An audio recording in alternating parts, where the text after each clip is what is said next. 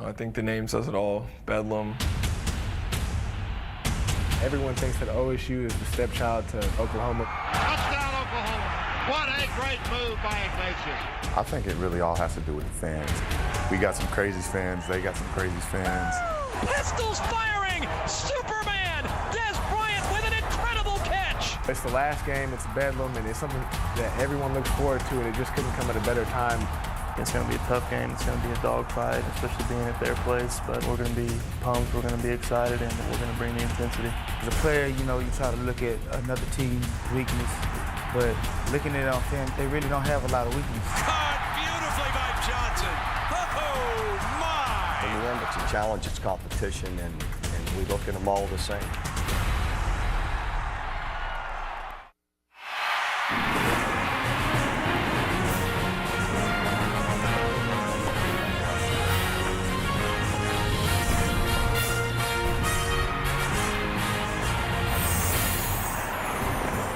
You are looking live at Boone Pickens Stadium in Stillwater, Oklahoma, where the Bedlam Series wraps up the Big 12 regular season on Saturday Night Football on ABC, presented by Southwest Airlines.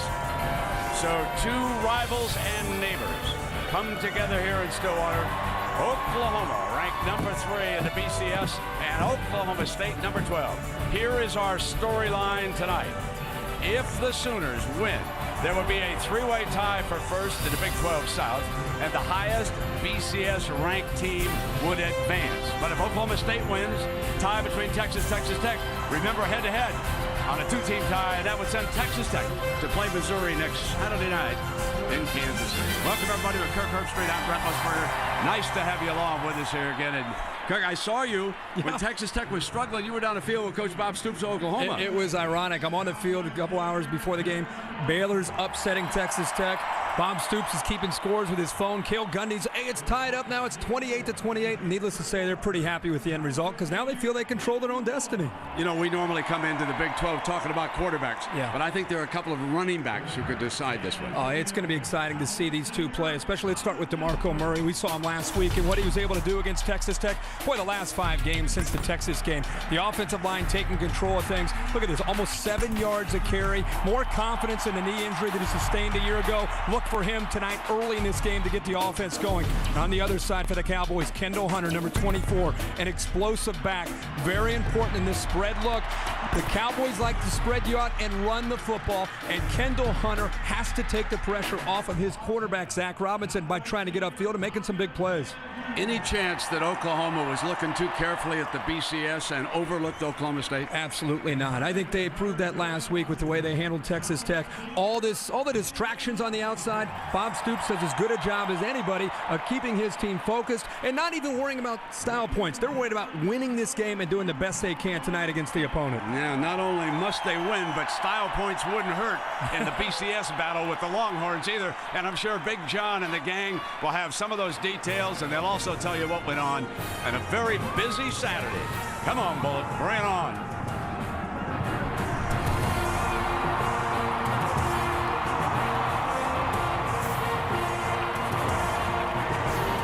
You're watching ESPN on ABC. This ESPN telecast available in high definition on ABC HD. Less than 100 miles separates Stillwater from Norman, Oklahoma, home of the Sooners. So tonight it's neighbor against neighbor, friend against friend, brother against brother, and a rivalry that goes way, way back. Now, let's go down to Lisa Salters. Lisa? Thanks, Brent. Mike, we know how potent Oklahoma's offense can be. We just saw it last week. What have you told your kids about what they have to do to keep them from getting off to a fast start? They have to play their game. They have to play with great effort. They're going to make some plays. Our guys are going to make some plays also. Continue to play hard throughout the game. Find ways to force turnovers. Now, we all know what's at stake for OU, but how much of a motivator has it been for your kids this week, knowing that if they get a win tonight, they'll have 10 wins for the first time in the regular season in school history? Well, that's a great motivator, and then more importantly, that's what we do. It's college football. It's a great opportunity. It's competition. We love every minute of it. All right, thanks a lot. Good luck to you. Okay, Lisa. Brent?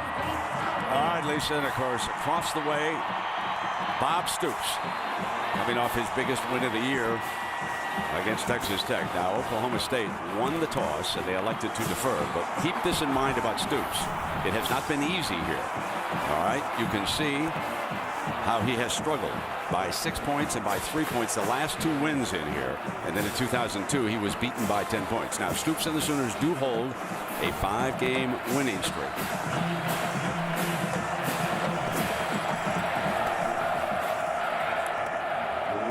Dan Bailey with the ball on the tee.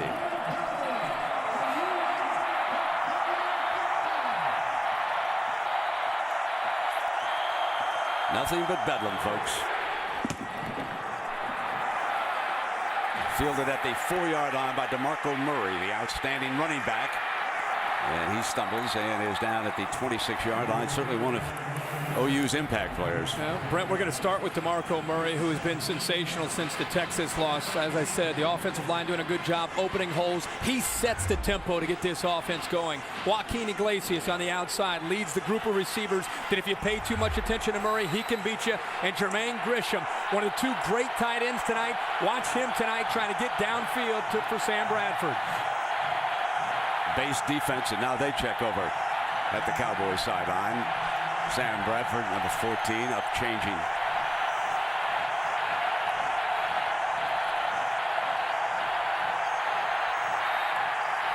And it was stopped prior to the snap. Yeah, delay it looked like, unless Oklahoma got a timeout. Dead ball, delay, offense, 5-yard penalty, first down. Randy Crystal, our referee, attempting to be heard over this crowd. 60,000 strong here tonight, Herbie, and it's going to be a factor. Sam Bradford dealing with a whole different situation this week, obviously on the road from what he dealt with last week at home against Texas Tech. Now they put 3 down linemen. An entirely different look after the penalty. Bring a backer on it, and Sam completes his first pass to Jermaine Gresham, the junior tight end from Ardmore, Oklahoma. And Levine, the linebacker, was all over. That'll be a big part of this game tonight, seeing if they can tackle well in space. Sam Bradford, one of the hottest quarterbacks, if not the hottest quarterback in the country, put up big numbers last week. Does a great job of controlling this no-huddle, up-tempo offense for the Sooners. Sometimes they give you a look like they're hurrying. This time looks to appear to be that they're hurrying, and of course looks over to get the check. Tim Beckman is changing everything on every play defensively for the Cowboys. The 3rd different look. Deflected incomplete, and it'll be 3rd down and 15 coming up on the play. Now, this is one thing that Texas Tech did not do much of last week. If you were with us last week, and Herbie, you certainly remember, they sat in base most of the game. Beckman's going to mix it up. He's going to bring blitzers. He's going to put 3 down like he is right now, sometimes only 2 down. Bradford going long, double team, throws coverage, incomplete. Iglesias took a shot at it, and Bradford attacked double coverage. And boys and girls, that's 3 and out. That's something we didn't see much at all last week by Oklahoma at home against Texas Tech. 3rd down. This is actually a poor decision. His only outlet, he's going to go downfield, throw into double coverage. And I'll tell you what, he somehow gets this football in between Lacey and the safety Moore, and Iglesias almost comes down with that catch. Des Bryant awaits this punt from Mike Nall. Booms it, drives Des back to the 27 where he makes the fair catch.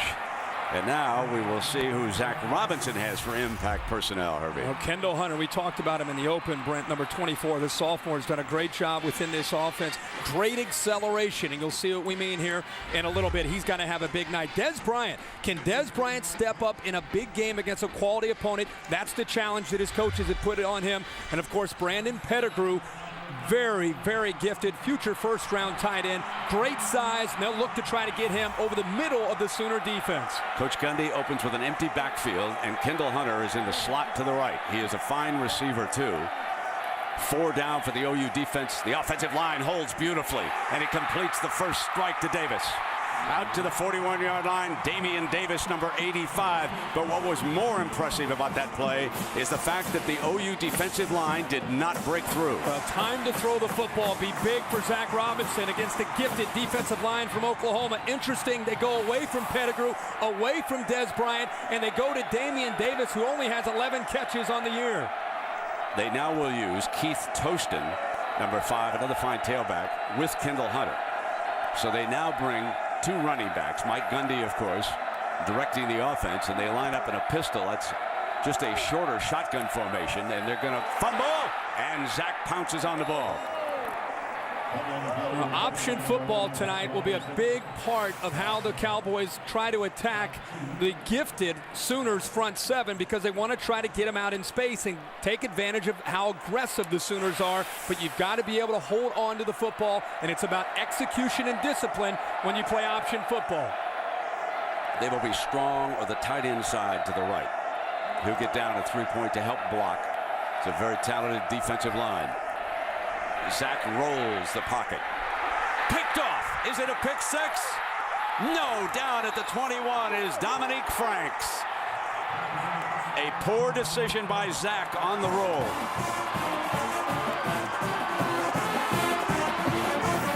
A poor throw here by Zach Robinson. Has an open receiver to the inside, actually, and Connor makes the decision, I think, prematurely to throw the ball to the outside. And Dominique Franks, who's having a huge year for the Sooners, is right there to step in front of the late throw by Robinson and make the big interception here for the Sooners. Zach saved the touchdown as he got over and made the stop on the play. Now, Bradford and the Sooners have been lethal.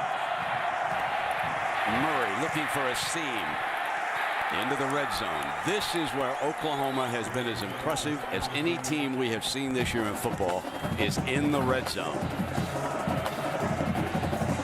See if these Cowboys have what it takes to, as you said, Brent, mix and match, move people around. Coming with Murray again. Got a hole. 5, touchdown OU on the board first. DeMarco Murray with the game's first score.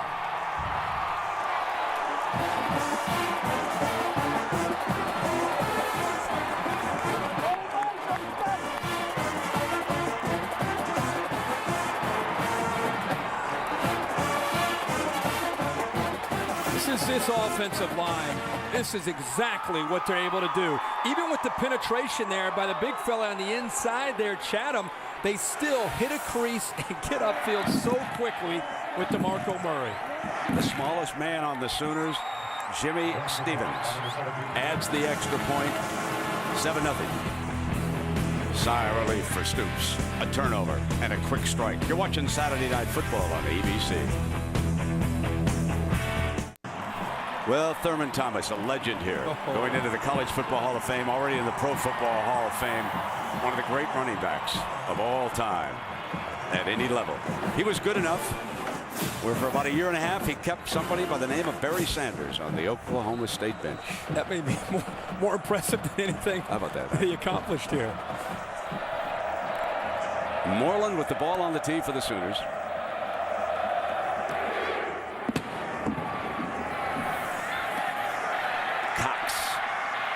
Cuts hard to the left. Not a good decision. He left his blocking buddies, and he was naked out there. Go back to the interception. This is what I talked about earlier. Sometimes as a quarterback early in a game, you have to be careful. For that matter, anytime as a quarterback, you have to be careful of predetermining where you want to go with the football. Look at Connor to the inside. And, of course, Robinson throws late, decides to go to the outside. What a great job of jumping it by Dominique Franks. And all of a sudden, the Sooners, who went 3 and out, got great field position thanks to their defense, and they took advantage of it with the big run by DeMarco Murray. Now the Cowboys will start from inside their own 15. Pressure. Here's Des Bryant.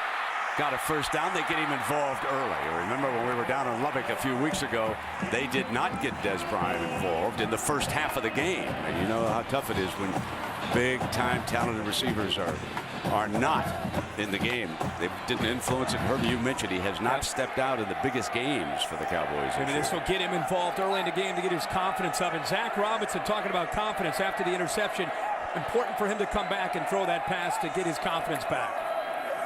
Here's Kendall Hunter. He's a fine runner. Great decision. Steps to the outside. Jackson, the corner, is over there, and we've got a flag on the play.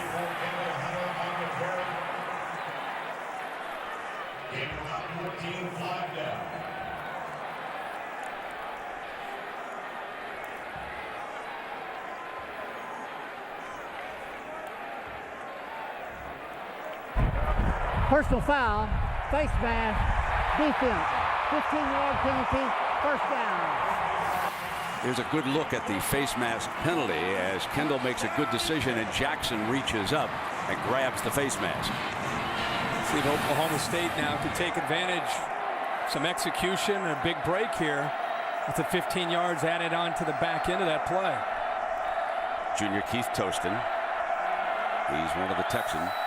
He's now the running back. Oklahoma State will show the read option. You can see how efficient that Oklahoma team is in the first quarter. Not much doing for Toston. Matt Weiner, let's check in for our first update tonight. Matt, how you doing? Thanks again, and don't forget, I'll keep you in the know throughout the game, beginning with this Taco Bell update. Notre Dame and USC. Mark Sanchez threw an early interception. Irish couldn't convert. They come back with a 79-yard drive. Stephon Johnson there. And Oregon State can clinch a Rose Bowl berth tonight, but trail Oregon 2010. So a couple field goals have been tacked on since John Saunders reported that first score. Remember, that's going on in Corvallis, Oregon, the home of the Beavers. Zach with that inside shuttle pass, and it was read beautifully by the defensive line. And Adrian Taylor, one of their fine defensive tackles, outstanding athlete. I was going to say, you've talked about Bedlam, how wild it can be. One thing you have to do if you're Oklahoma State is believe that you can win. You need success early against Oklahoma, and you throw an interception, you get down 7-0. Remember, Oklahoma dominates opponents in the first quarter. This drive is important to Zach Robinson and the Cowboys. We'll see if Brent Venables brings heat on 3rd and 11. Toston is the running back. He would be the protector if they're going to drop back and throw. Nobody touches him. Down middle. Davis again, his second catch of the game. Davis still on his feet to the 19-yard line. Venables is going to have to think about bringing some heat. The offensive line of the Cowboys is doing an excellent job. 25-yard gain. And disguise and mixing some things up, but give all the credit in the world here to the receiver, Damian Davis, getting a move to the inside. He had a linebacker and Keenan Clayton matched up with him one-on-one. Plenty of room to work back to the middle. He gave him an outside move back to the middle, and a great throw by Zach. Kendall Hunter back on the field. Play action. In trouble. Throws. Incomplete and broken up by Nick Harris, the safety, who came over. And that time, Venables and the Sooners finally got to him and ruffled the quarterback's feathers a little bit. But instead of bringing zone pressure where you bring 4 or 5, this time it was an all-out blitz. And Brent Venables, defensive coordinator from the Sooners, Brent, he said, okay, now they're in the red zone. Let's start to be aggressive. Let's attack them and try to take the fight to them and instead of letting them attack us. Remember, Des Bryant, this is an opportunity for he or Brandon Pettigrew, the big tight end, to make a play down in this red zone. Pettigrew is on the right side of the formation.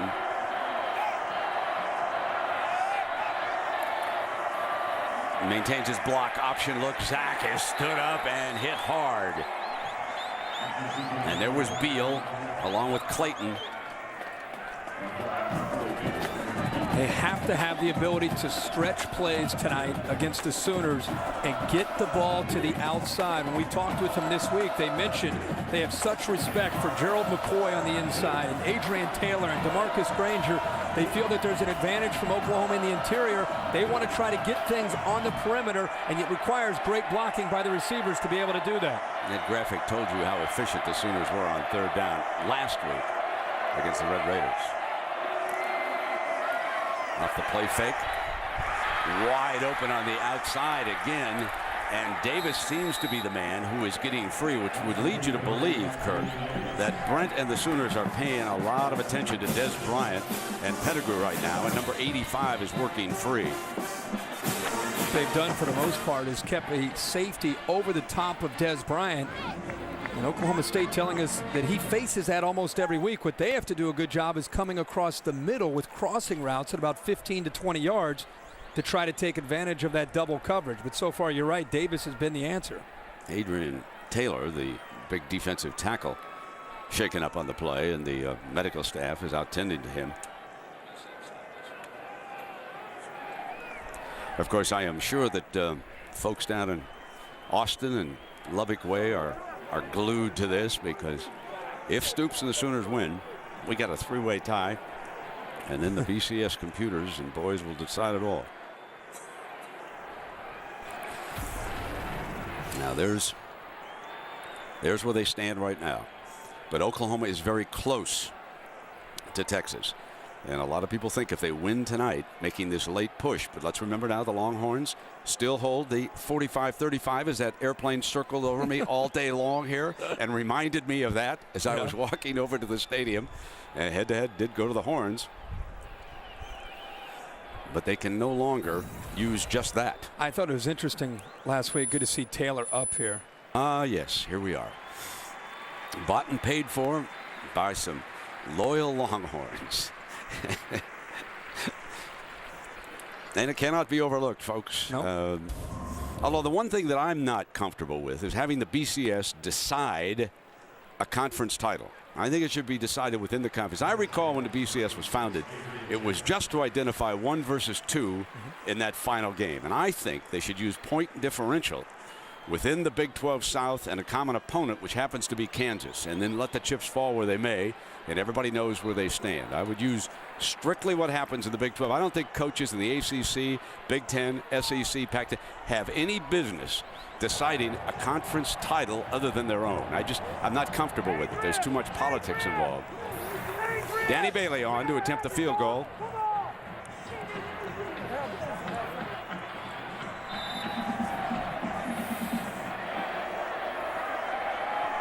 This will be a 28-yarder to put the Cowboys on the board.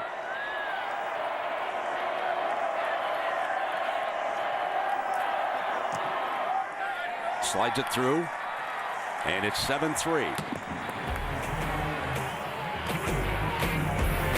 So the drive stalls. The Cowboys settle for a field goal.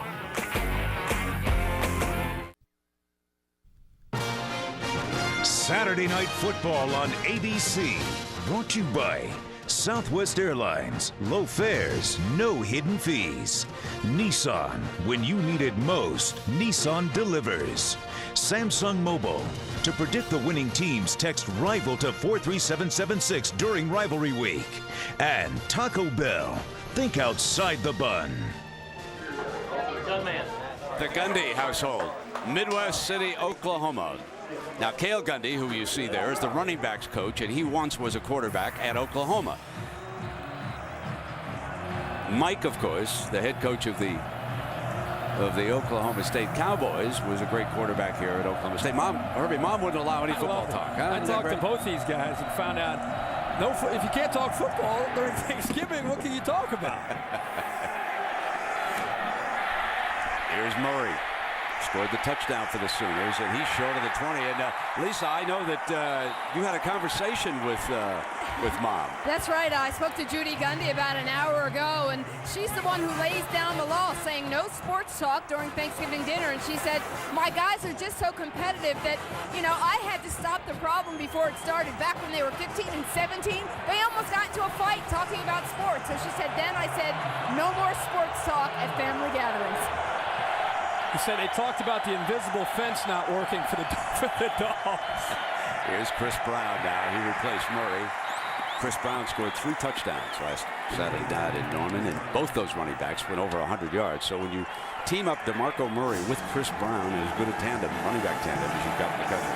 One of the best in the country, and it's going to be fun to watch how Tim Beckham, the defensive coordinator, continues to move guys in and out. You've got to give Oklahoma a different look. As Bradford looks over to the sideline to the assistants, Kevin Wilson, the offensive coordinator, is looking right now down at all those orange jerseys, trying to get a feel for the best play call. You've got to continue to move around. And Beckman's moving late on him, too. Big hole this time. And Brown crosses the 30-yard line.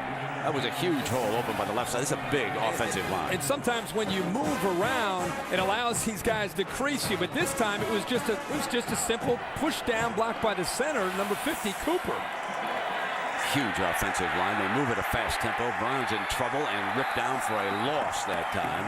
And that was Hugo Chennasaw, the sophomore from Richardson, Texas, in there making that play. And DeMarco Murray hopes to get sent back onto the field. Chennasaw made the play because he was able to get through and penetrate and slow down Brown. And now this is something that they take a lot of pride in. Same personnel, but instead of being back with a back in the backfield, they're now in an empty set. It puts a lot of pressure on a defense when you have that kind of versatility. The defense is looking and moving late. The read that Kevin's getting is changing as he changes things. Come with the blitz up high, incomplete. This is one of the better defensive jobs we have seen as we have looked at the Oklahoma tapes. Texas Christian had a great quarter against them, but the Cowboys are causing trouble early. Well, Terrence Anderson jumps this route. Good job of recognizing the routes and fitting up, stepping up, and taking away the easy throw for Sam Bradford. Give all the credit there to number 23, the junior. Bradford 0 for 4 now, looking for his first completion. 3 down linemen. Offensive line holds plenty of time, wide open for the first down. Manuel Johnson, who made that sensational one-handed catch, has the brace on the left elbow, injured the arm against Kansas, missed most of that game in Kansas State. Look at Sam Bradford's eyes. He looks from the right to the middle and then finally comes back to the left. And if you're going to rush 3 and drop 8, you're going to give Sam Bradford, one of the most accurate quarterbacks in the country, all of that time to dissect the defense. He's eventually going to find an open man.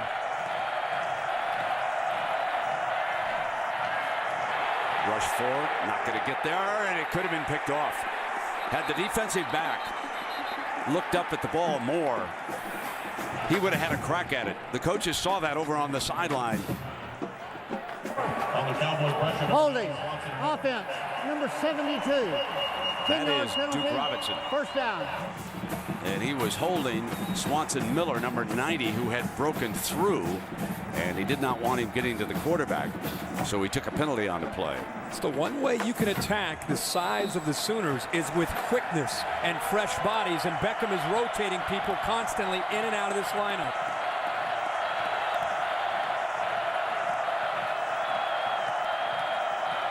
On 1st and 20, they rush a linebacker. They throw the screen the other side, and it is blown up.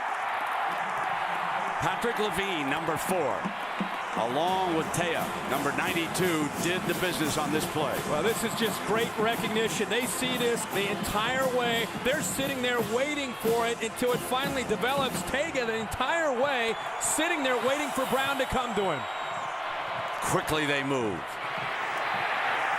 And complete to Iglesias.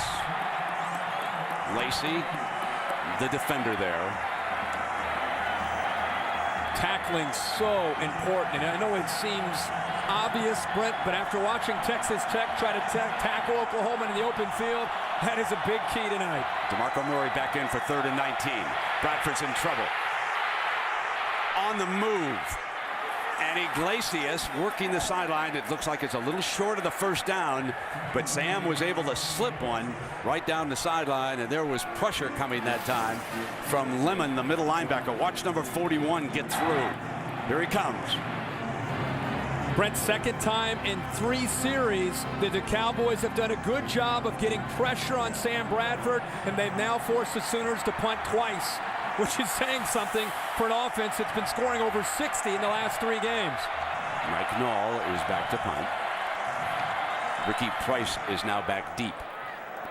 He booms one. Let's see what Price hopes. It goes to the end zone. Takes a beautiful bounce and out of bounds. Hit the cuff and corner. That's a great play when a punter can do it. That was a 51-yard beauty.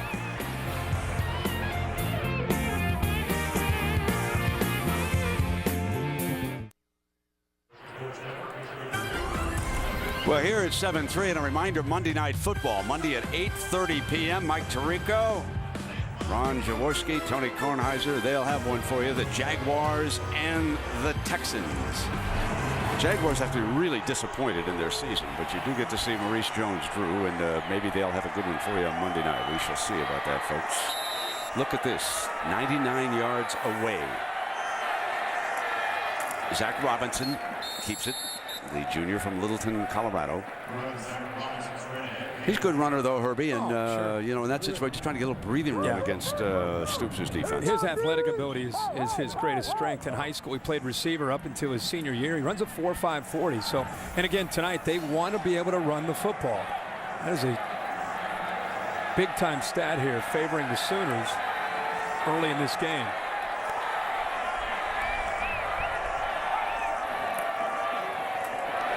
That's tough right there. Kendall, that is what he does as well as any back we've seen in the Big 12. He's tough after the first hit, folks. He's a little bit like Thurman. That first guy has a little bit of trouble bringing him down. And look what he's running into, too. And yet he's still able to bounce off a couple tacklers and try to get some positive yards. Physical, short, compact, low center of gravity. 5'8", 190 pounds. He's out of Tyler, Texas. He had a quad injury, which apparently was not serious a couple weeks back. And here he is now 3rd and 4. You're back in that read option look. They look back over to see what Coach Mike Gundy wants to do here. Run Kendall again. Got close to the first down. They do have a little breathing room for the punter here, Herbie. They're able to get a little bit of, as you said, yardage there to help the punter, who's been outstanding this year, Matt Fodge, but still, thought you might see him be a little bit more aggressive, at least try to get the ball to the outside. And when you get conservative against Oklahoma, I don't like your chances of being able to pick up a first down. And now the Sooners, very least, will get very good field position here. Moses Madu is the youngster who has practiced blocking punts. He's on the left side. Broyles awaits this punt at the 43-yard line for the Sooners. Breaks free. And there's a penalty flag. So part of this run is going to come back, apparently, against the Sooners.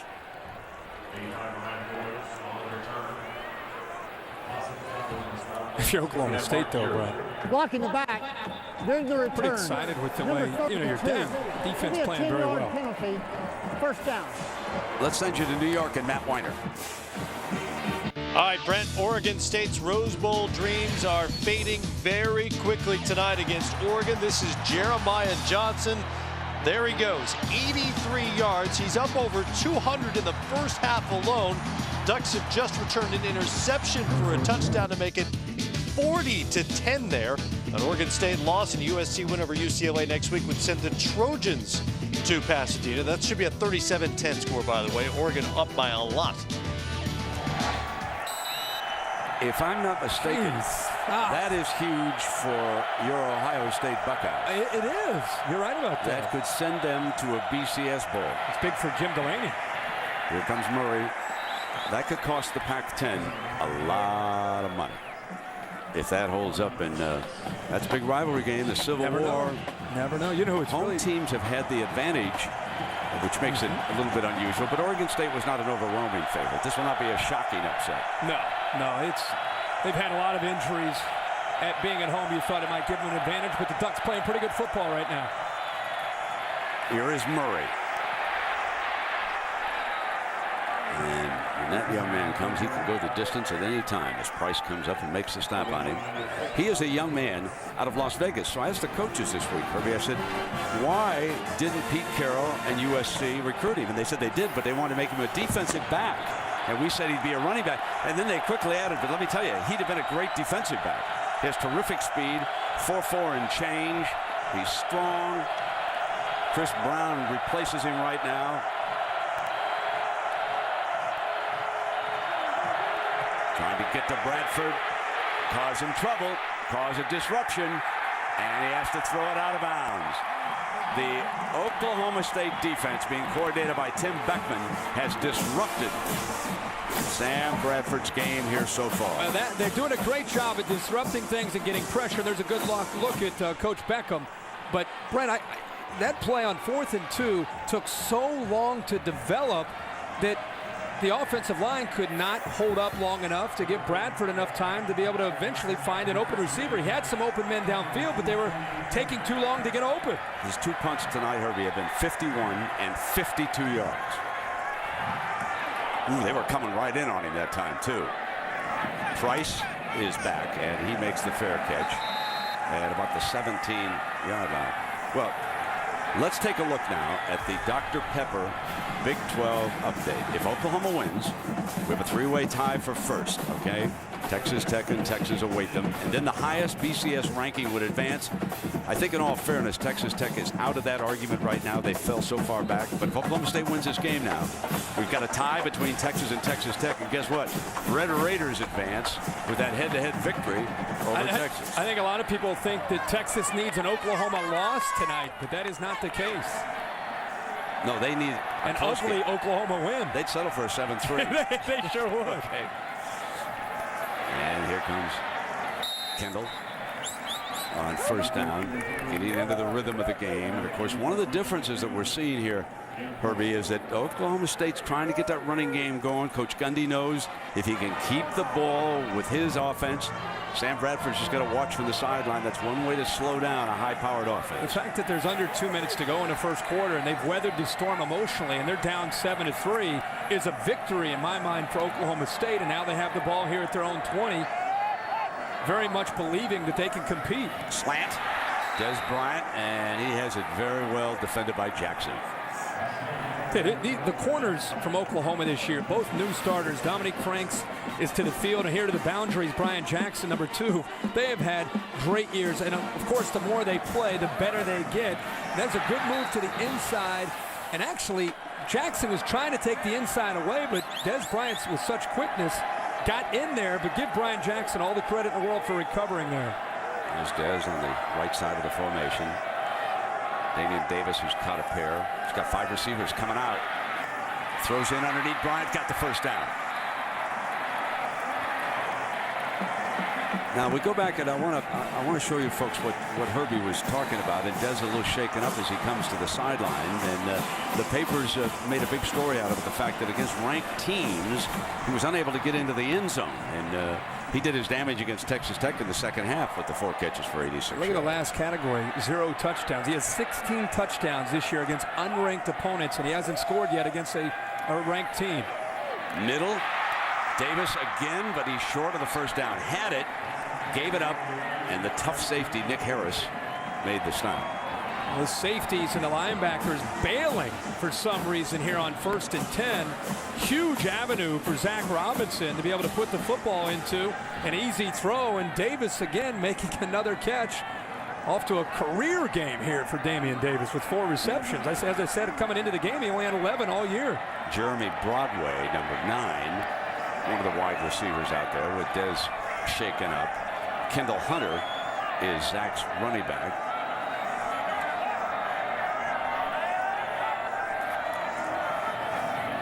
Kendall on a cutback, found the hole beautifully and exploded into Oklahoma territory to the 44-yard line.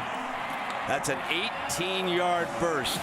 And it's great vision here by Hunter. The acceleration is what separates him, but boom, that cut right there. A nice block by the tight end. Pettigrew opened up the backside, but the vision there by Hunter to recognize that, and it cut back there, allowed him to pick up the 18 yards.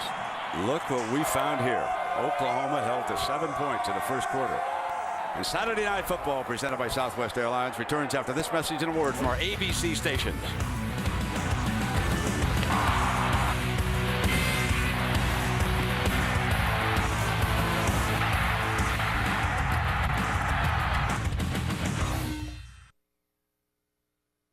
Highlights and USC post-game analysis live from the Coliseum tonight. Upper right, folks, that is Boone T. Pickens. He has given hundreds and hundreds of millions of dollars to this university. $163 million alone to athletics. He was a geology graduate in 1951 when his hedge fund went south. He re-upped and gave him $63 more million to complete this stadium. And he's very pleased. Had a little chat in the elevator and said he couldn't be happier with the way the football team has played this year. Come in here with 9 wins. They've got a chance to be a 10-game winner for the first time in history of Oklahoma State during the regular season. Zach keeps it to the 36. And Herbie, let us take a look at the Pacific Life game summary here tonight. You and I were talking at the break there about how do you separate these teams. And right now we've seen, look at the production. Look at the average yards per carry and what both Murray and Hunter have been able to do. The difference being, of course, Murray gets the touchdown after the big interception by Dominique Franks. And that's really the only difference in this football game. Sooners capitalized on great field position. Other than that, they have 3 punts. 2nd and 3. Flea flicker. Receivers are covered. Deflected, incomplete. Oklahoma did not bite. Dominique Franks was there. There was not an open receiver. They ran 3 vertical on that, and all 3 were covered. Great discipline here by the Sooners on a play on 2nd and short that you like to call. I like how aggressive Mike Gundy decides to get there on 2nd and short. Now you come back and just have to execute here on 3rd down and 3. But Sooners sitting right back there, 3 receivers right downfield. Every single one of them had a Sooner defensive back in his hip pocket.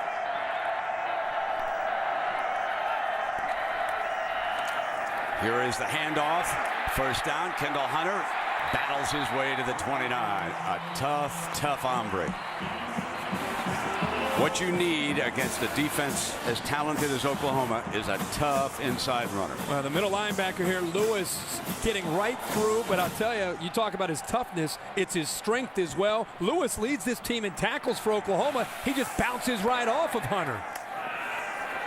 Coming back with him. Picks his way patiently.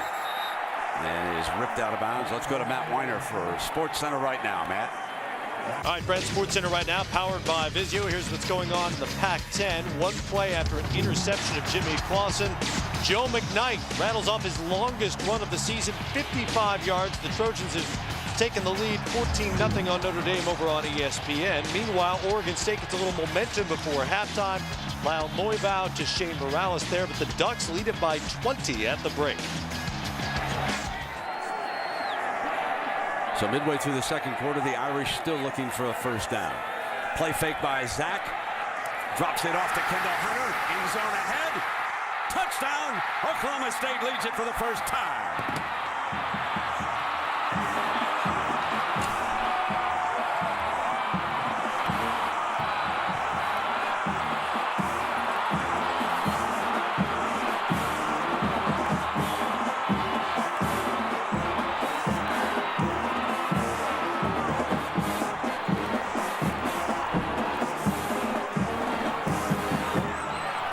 Nobody in Austin and nobody in Lubbock leaving this one.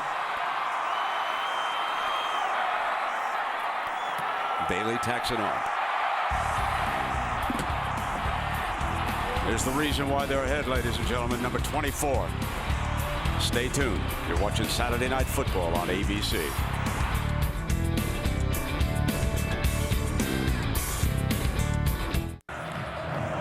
Kendall Hunter's first receiving touchdown of the season. And I think that should be Oklahoma State 10, Oklahoma 7.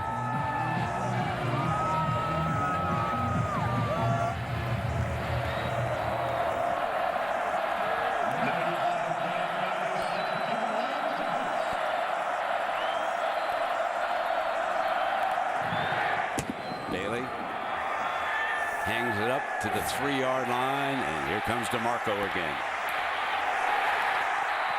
Stopped at the 20-yard line. Back to the score. It's a really well-designed play here. Hunter is here, but you're going to see the receivers from Oklahoma State taking all of the attention off to the offense's right side. Watch the defense respond to the play action. Look how the Sooners are looking and bailing out here. And here's Kendall Hunter as a well-designed, well-conceived play, completely baiting the Oklahoma defense into looking to the right, and they dump it back to Kendall Hunter. DeMarco Murray, short side, 13 more yards and a 1st down. Ricky Price making the stop. This offensive line, you go right back to business if you're a Sooner. You hand the football off, control the line of scrimmage, and that sets everything up. If you can get the Cowboys to start to creep up to take that away, then you look for the big plays downfield to your wide receivers. 3 down lineman, that's Phil Lodehold. He's the biggest at 6'8". He's also the tallest Sooner. Weighs about 337. Next to him is Duke Robinson, the senior guard from Atlanta.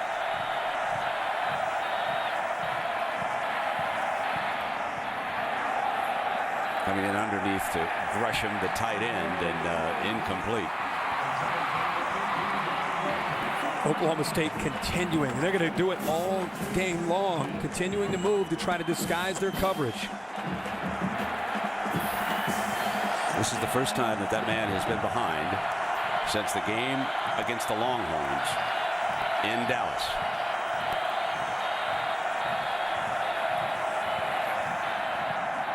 Incomplete. He threw high for Quentin Chaney, the senior from Tulsa. This goes to show you that these quarterbacks are human. I mean, we've watched Colt McCoy at times and Sam Bradford. Seems like when they throw an incompletion, it's a news story. Right now, Sam Bradford on the road, a little bit uncomfortable back in the pocket because of all the looks that he's getting from the Cowboys. Constantly changing the front after the plays changed by the offense. That's when the defense is moving, much like an NFL defense would move very late. Disguise and cover, and folks, it is pure bedlam in here. Has time, fires, middle, got it. Came back to Chaney. Great throw by Sam Bradford with, as you mentioned, bedlam, the noise, 3rd down and 10. They've been struggling on 3rd down. He finds the window and he's able to squeeze it in there before Justin Gent, the linebacker, is able to come over to knock the ball away. Good protection and great patience there by Sam Bradford. Throws a very catchable ball. NFL scouts have to love what they see with this young man. There is Gresham hurdling a defender. Run out of bounds, but it's about an 8-yard gain. Justin Gent was there. Just when it looks like you have the Sooners on the ropes, they hit a couple passes. Next thing you know, they're at the 35-yard line and building some momentum here. Nice job of finding Gresham, who they've not been able to get the ball too much early in this game.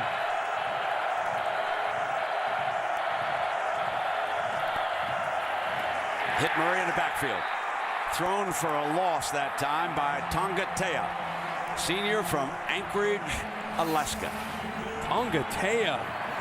This is what it's about, is attacking and being aggressive and not allowing the size of Oklahoma to intimidate you. Use your quickness, use the movement that we keep talking about, allow you to slip through one of these gaps of the offensive line.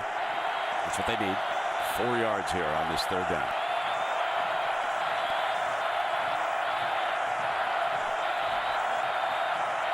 He's going to throw for it. Got the 1st down. Oh, a big 3rd down conversion. Ricky Price was over there on the receiver. Timing and accuracy from Sam Bradford. Another big 3rd down here. It's the second one we've seen where it's 3rd down and long. He's got to be able to have time to throw. This time he gets back quickly, puts the ball right over the shoulder of Broyles, anticipates well, and gives the receiver a chance to get upfield.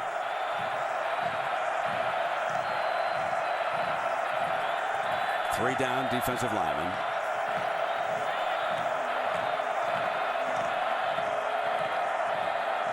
Now they show a pressure look. Bring 5. DeMarco picks him up. Bradford complete as he hits Iglesias.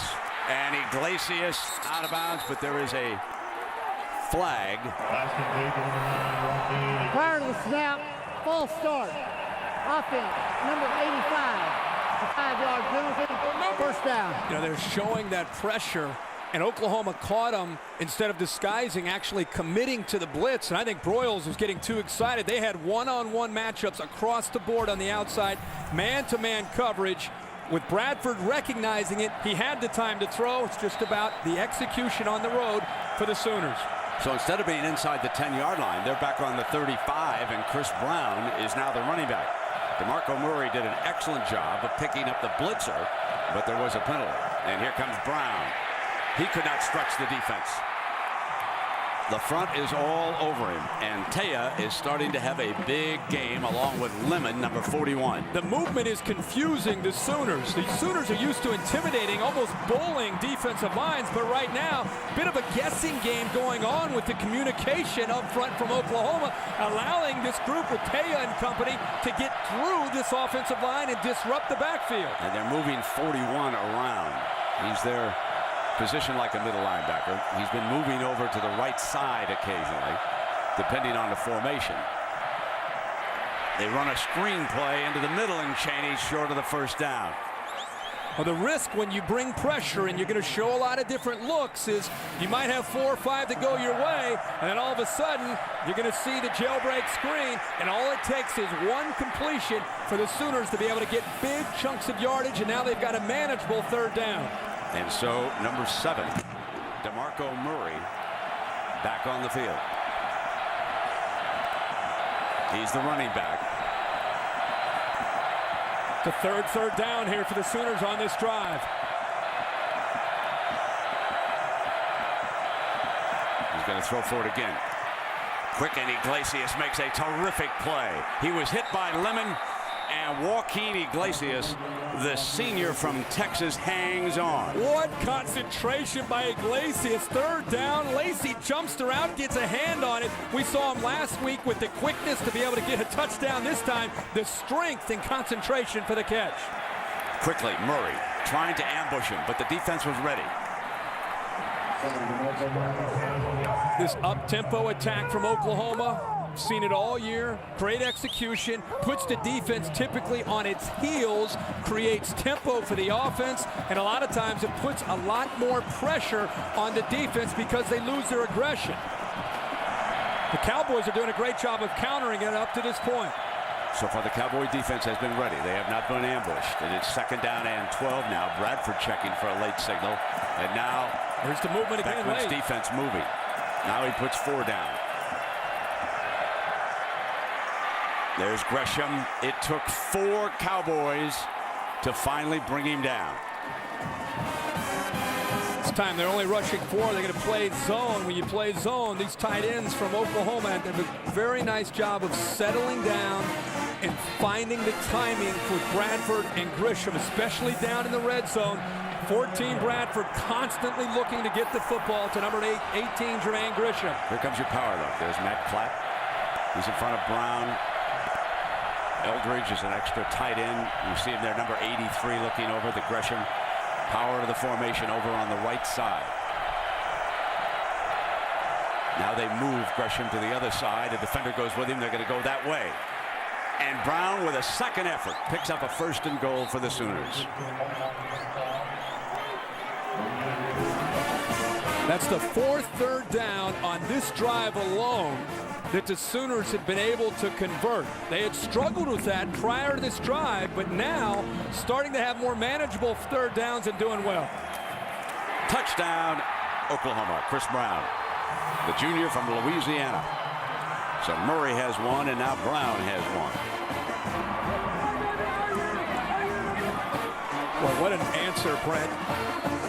After what Oklahoma State was able to do, 14 plays, 79 yards, 6 minutes off the clock, and converting the 4 third downs. It was not easy. Oh, it wasn't. Against the hardest Texas Tech, worked. it was very easy last week. That's the hardest they worked since probably the Cotton Bowl against Texas.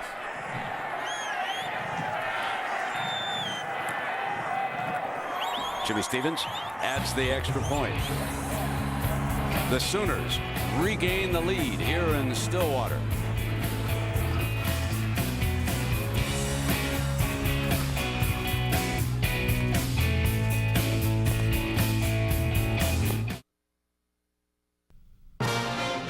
Saturday Night Football on ABC. Brought to you by Southwest Airlines. Low fares, no hidden fees. Allstate, proud sponsors of college football. Are you in good hands? And BMW, the ultimate driving machine. So next year, a brand new locker room for Oklahoma State, and of course the renovation continues for the Boone T. Pickens Stadium. Somewhere down the line, it'll just be known as the Boone.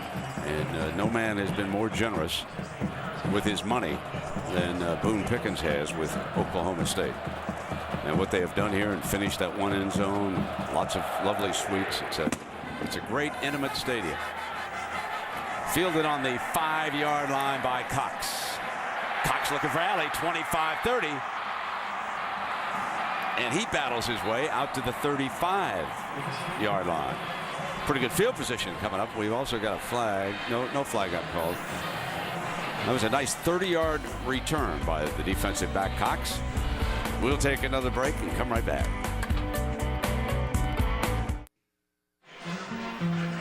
A special Aflac trivia question from my friend Kirk Herbstreit. I've been on fire now. What Oklahoma wrote the song, This Land Is Your Land? Here's a hint, buddy. It ain't Beyonce. Well done. Well done. Come on, baby. Oh, my God. That's one of the anthems in Oklahoma. Yeah, I know this one. I just have to. You can do it. It has to come to me.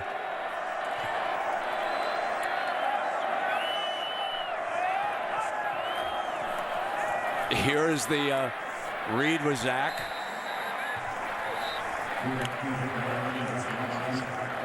You're gonna have to help me on this one. I mean, you're gonna have to.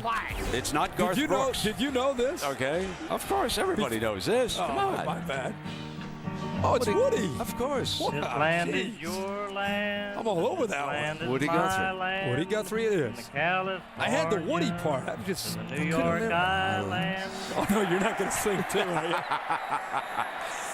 Jimmy Kimmel won't let me. Keith toasted. Oh man! So I listened to your gal Beyonce. What did you think? Well, what did you think of that? I went right back to Willie Nelson so fast it was unbelievable. Okay. Oh my goodness! But I'll say one thing: she is attractive. Yeah. Oh baby. Yeah, she's doing pretty well for herself. First down and 10. Play action now by Zach. Incomplete. Threw high to Pettigrew, and let's check in and give him Matt Weiner. Matt.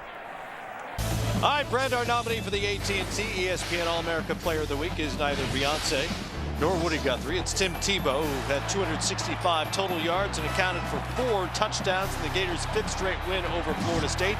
He's accounted for 37 touchdowns on the season. You want to make your vote? Text the word VOTE to 51234 on your AT&T wireless phone. All right, Matt, thank you very much. How many places did you go this week where somebody said something to you about Beyonce? Everywhere. My wife was first. Here comes Zach. Now he's forced out of the pocket, and he's in trouble. Gonna have to throw it away. Incomplete. And that was Frank Alexander, one of the talented defensive ends.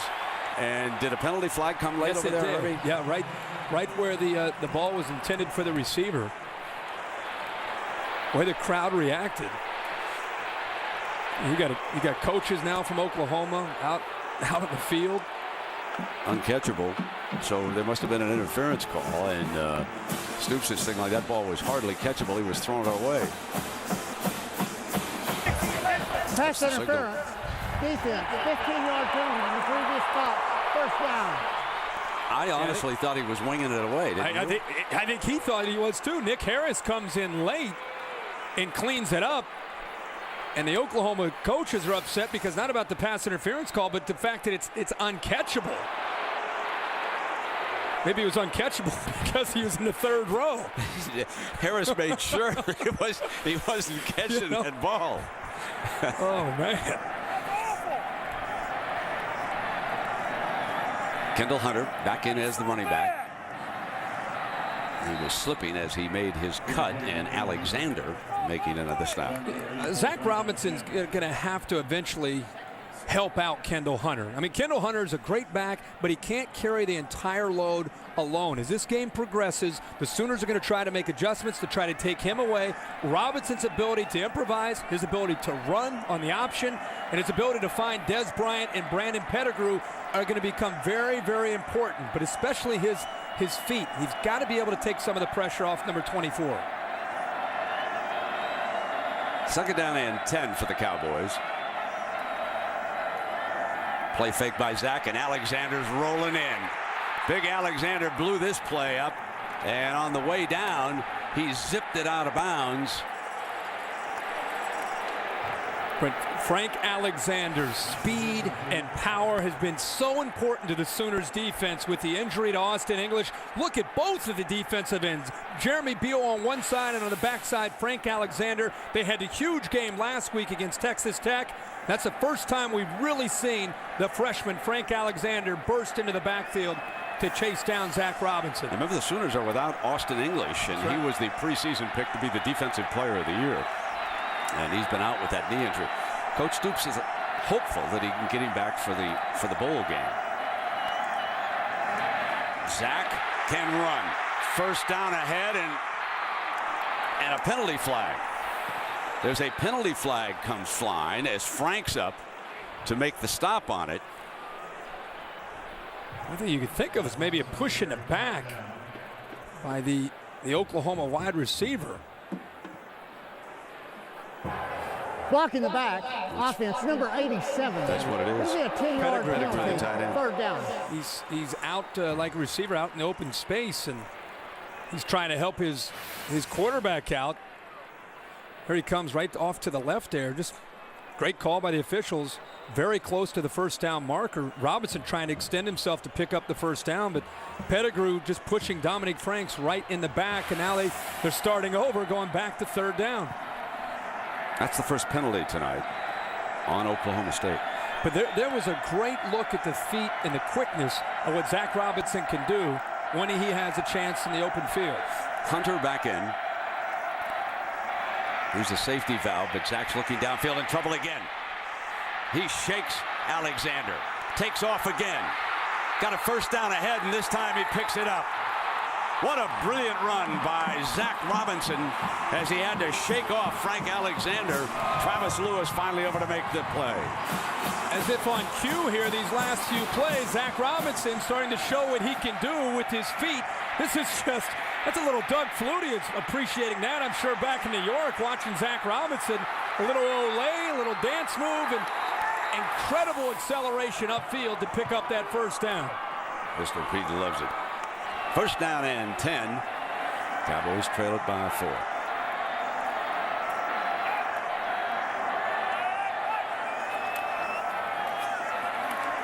Kendall broke away from Jackson to pick up a couple more. And I think you and I talked a lot about coming into last week's games. Was the Oklahoma defense going to be ready to deal with Graham Harrell? I think they not only impressed us, but everybody who watched them. Brent Venables in the last few weeks has streamlined some things, but I think these new faces now are settling down on the Oklahoma defense. They're seeing more things. They're getting more game reps. It's allowing them to play much, much faster and with a lot more confidence, and it shows in the way they're executing.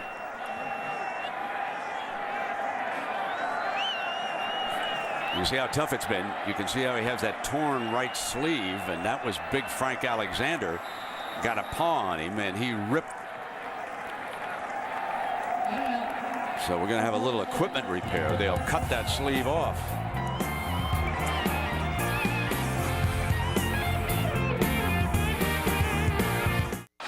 Well, Thanksgiving Sunday, count your blessings like the housewives do. That's right. One's dating her best friend's ex-husband. One's covering up her son's crime. One's husband by regaining his sight. All new ABC's Desperate Housewives. That's some neighborhood, folks. That's one I checked. I've kind of checked out on that one. I've missed that. Have you? Yeah. Other things going on, I guess. Yeah, I think so. But a lot of people like it. It's a popular show now. Huge show. Yeah. It's good ratings. Kendall Hunter.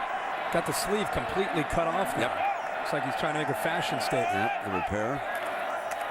Second down and 9. Again, stepping away from trouble. And being chased out of bounds by Keenan Clayton, folks. Remember the name. I'm telling you what, Keenan Clayton, he can do just about anything as an athlete. He's got the best vertical leap, the fastest time, and he can bench more than any linebackers now. When they do that, he is the physical specimen right there. Sure is. Former safety, great speed. And I just talked about how important Zach Robinson is to this offense with his feet. One thing he has to be aware of, is when he starts to run, get us in the open field, this Oklahoma defense will bring it. Needs 6. A diving interception, incomplete. But they stopped him on 3rd down, and that was Clayton again. Pretty close here. Athletic ability by the linebackers. Knocks this ball down and really never had a chance. Even if Clayton's not there, ball is thrown low. They had Des bracketed, didn't they? Yeah, they sure did. Linebackers, safeties, and corners all keeping an eye on number 1. Yeah, when you got a linebacker who can run, you know, as well as Clayton. Well, this to make it a 1-point game. 44-yard field goal attempt by Dan Bailey. Whacks it pretty good. And we've got a 1-point game. 14-13, so coming up on the Capital One halftime report. Big John, Craig, and the Flutie Man will have all the day's highlights, including the 2 teams who advanced to the ACC championship. Big upset in the Big 12, and Oregon State in trouble against Oregon. And the Flutie Man's got to be very happy. Nephew had a big play, and BC's going back to the ACC title game. Virginia Tech, right? Yeah, Virginia Tech, BC. But you know, if you look at not just the whole day, but what we're watching here in this first half, you and I were talking before the game. We said, you think Oklahoma State can keep it close? Every time Bob Stoops has come to Stillwater, it's a close game. They've been able to take advantage of some opportunities. Their defense has played very well. I mean, that was the last time we saw Sam Bradford on his heels and being somewhat rattled. Now, he's kept his composure, and he's led them to some big scoring drives. But give the Oklahoma State defense a lot of credit for the way they played in this first half. Still time to go. And Texas Tech Red Raider fans and Texas Longhorn fans aren't going anywhere. Glued to this one.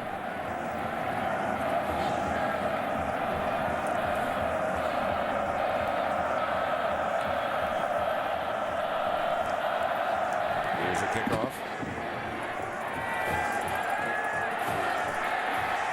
Murray again.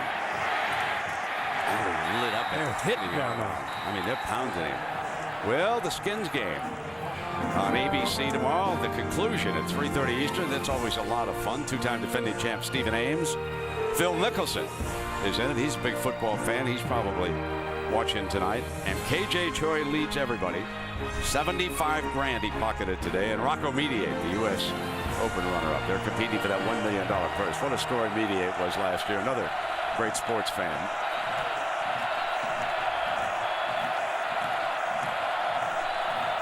.251. Murray spins back the other way and only gains a couple of yards. You can see the gang tackling by the Cowboys. That's exactly what I was thinking, Brent, is look how many orange jerseys are around the football. And after the game that DeMarco had last week against Texas Tech, for that matter, the last 2 weeks, he's averaged 10 yards a carry. You can tell with 2 weeks of preparation, the number 1 guy they're trying to take out of this game is DeMarco Murray.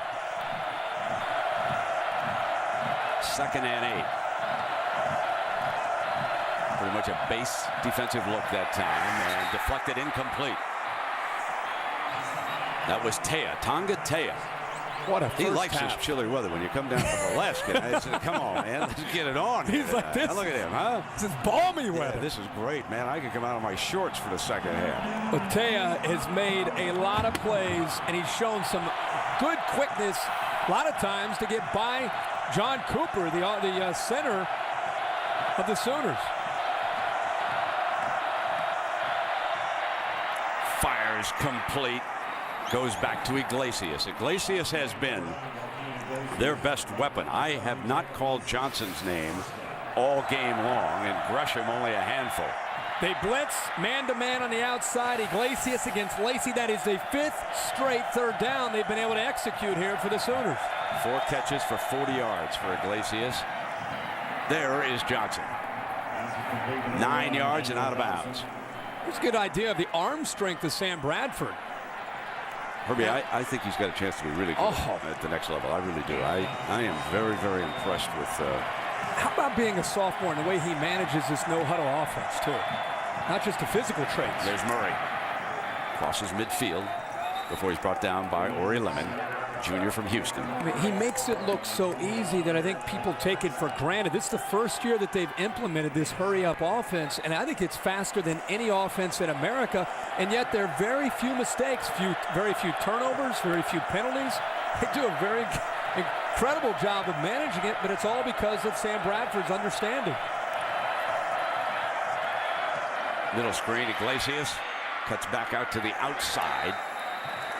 Didn't really fool the defense that time as Parrish Cox came up.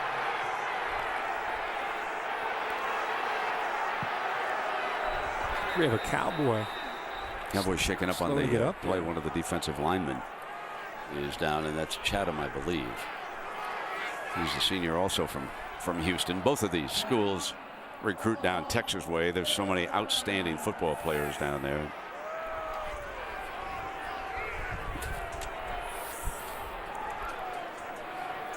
So Herbie, I'm gonna ask you about my point about the BCS deciding this tiebreaker if we have a three-way tie. I'm just not comfortable with using that system to do it. Yeah, it is the 5th tiebreaker. I mean, they had to go awful long way to eventually get to the BCS standings, but still, it's so subjective. Right. That's the frustrating thing.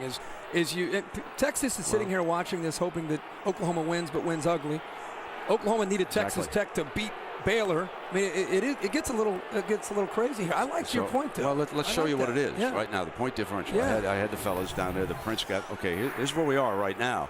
In a point differential, Bob Stoops and Oklahoma would have a lead, and Mack and Texas could not argue with black and white. Texas Tech, of course, suffered because of that 40-point blowout last week that we had down there. So that's where they stand. So you know what Texas argument kind of goes away. They got the +10 against Oklahoma, but the rest of the same opponents now. We didn't look at the entire schedule. Remember, just the games in the South and that one game all three played Kansas. That's what we did. Right. And I've got to ask the commissioner, Dan Beebe, why they didn't go to some kind of a system like that. 2nd down and 6. Middle screen again. Cutting back is Broyles. He's got the 1st down. Plenty of time, as you and I know, for Oklahoma. With a minute to go and a couple timeouts already in Oklahoma State territory. Herbie, did you see the Kansas-Missouri game? Yeah, I did. What a great football game. I thought the snow, the wind, the rain, something might slow down Todd Reesing and Chase Daniel. They just went back and forth the whole day. Missouri played their hearts out, lost it at the end. We'll see them next week, same stadium, Big 12 championship. Grabbed. What a beautiful grab by Gresham as he was going out of bounds on the far side. Talk about two great tight ends in this football game. Gresham, 6'6", 261-pound junior, goes up into the air, uses his big paw to just bring it in. And not only that, but he gets hit by Sexton as he makes the catch and picks up 9 yards. And gets out of bounds. So look at the school records he has. Standing tall, and Iglesias couldn't get it. Was it a little low, Herbie? Is that what it looked like? Yeah, a little bit low, but based on the way Iglesias plays and the way we've all seen him, he's usually capable of making that catch. Ball's low. For Sam Bradford, how dare he throw a ball that's down by the knees of a wide receiver? But Iglesias, 9 times out of 10, he makes that catch. Well, they can stop the clock with a 1st down. It is 3rd and 1. They've got 2 timeouts. They got plenty of time here. They're going to throw for it. High and caught by Gresham. Deflected and caught. Great concentration by number 18 on this ball right here. Second time we've seen the athletic ability of Jermaine Gresham. Pretty good coverage, actually, by Cox, the corner who was lined up with him. The difference is he's about 5'11", trying to match up with a tight end who's 6'6", but he was there. But the focus, the difference there by Gresham. Throwing back to him, powering toward the end zone. Looks like he's down about the 6-inch line. They're going to mark it. And the timeout is going to be used here by Stoops. It's a great look at the inside move by Gresham. Huge opening there with the blitz coming from the linebacker. Sam Bradford is like a coach as a quarterback. He reads the defense perfectly. He knows exactly where he wants to go with a football.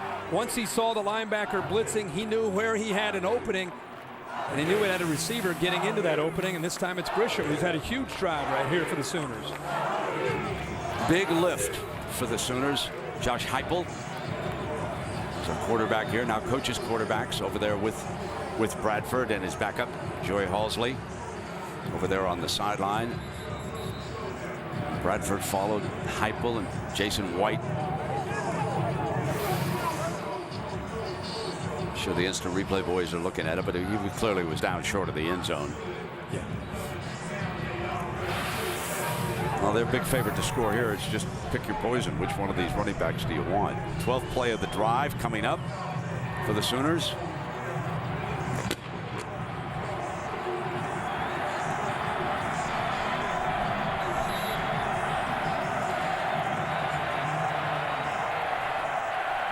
To run over the left side usually. See what they do here. Fumble on the snap. Bradford has to go on the ground on it. So he and Murray, and Oklahoma State has it. That is Lemon who came up from that pile. Stoops wants instant replay to take a look at this. He should, because it looked like Lemon stole the ball away from Sam Bradford. Ball is clearly on the ground. Bradford never had a handle on it. The ball's loose. Now Bradford looks like he has it. Lemon comes in and just takes it away. Did it look like Sam Bradford had the football there? I'm sure up in the booth now they're running that replay back and forth and taking a look at it. That's what the coaches are waiting for as we take another look at it. Was he down? Looks like he has the football, and then Lemon comes in over top. To his credit, like any defensive player is taught, take the ball away, grab it away from him. Officials sometimes can't see if the ball's secured. He comes up with the football. I must admit, looking at it over and over, it looks like he's down. Yeah, it looks like Bradford has it. It looks like he's down, and Lemon made a smart play, but I'm not sure it's going to stand. And that would indicate it isn't going to stand for sure.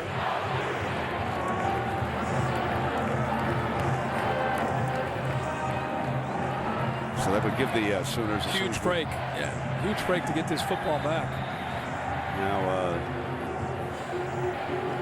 looks like a timeout, I believe, has been called, and now the Oklahoma State side says, "What's going on here?" I'm glad they're confused, because wouldn't you have thought that they? I would have thought they would want to snap the ball. Let's go fast as you can. I would have thought that the referee would have turned the microphone on with all that going on, right? Usually, yeah, you go from the headsets to the mic and you make the announcement.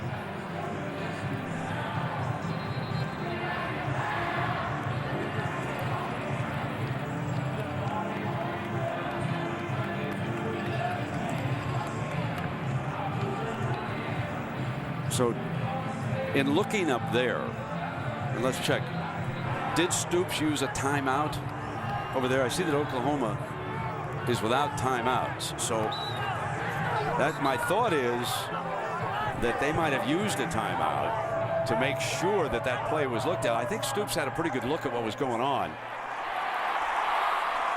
And now Oklahoma State's going to challenge it.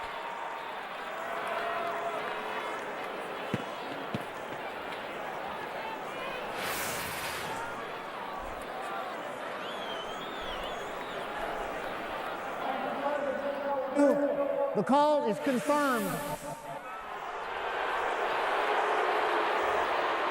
The Sooners offense out on the field. A couple timeouts used. All I know is Oklahoma has the football right now. They have a second down and goal, and the right end of the day, the right call is Sooner football. The challenge is charged with their third timeout. They're now out of timeouts for this half. I'm just not sure that it was cleanly handled to begin with. No, it wasn't. But when he went down, Yeah, I think it's the right call, and that's probably what's important here. Second down and goal. Murray looking over to the right. They lob end zone, out of the end zone is Broyles incomplete. And that was coverage by Jacob Lacey, number 17, going with him, and the field judge was right on top of it. Well, Ricky Price had Broyles man-to-man, and I'll tell you, Jacob Lacey does a great job of coming off of the receiver Iglesias and falling back onto Broyles going to the flag. Now third down and goal. Not make it here, and that will cause Stoops to make a decision. DeMarco Murray is split out. He's slotted to the right. Rush 5. Touchdown, Oklahoma. Gresham. And why not? He's the man who brought them down the field. He made the big plays on that drive. Jermaine Gresham, the junior from Ardmore, Oklahoma. Well put, Brent. If anybody deserved the touchdown on that drive, it's Jermaine Gresham. 2 circus catches, and then this one, we've seen him do it so many times in this area where he gives a little outside move, just enough to slow down and make the linebacker hesitate, and then he gets to the middle, and that's a timing route. We've seen them throw that 100 times in practice. Stevens takes another one on.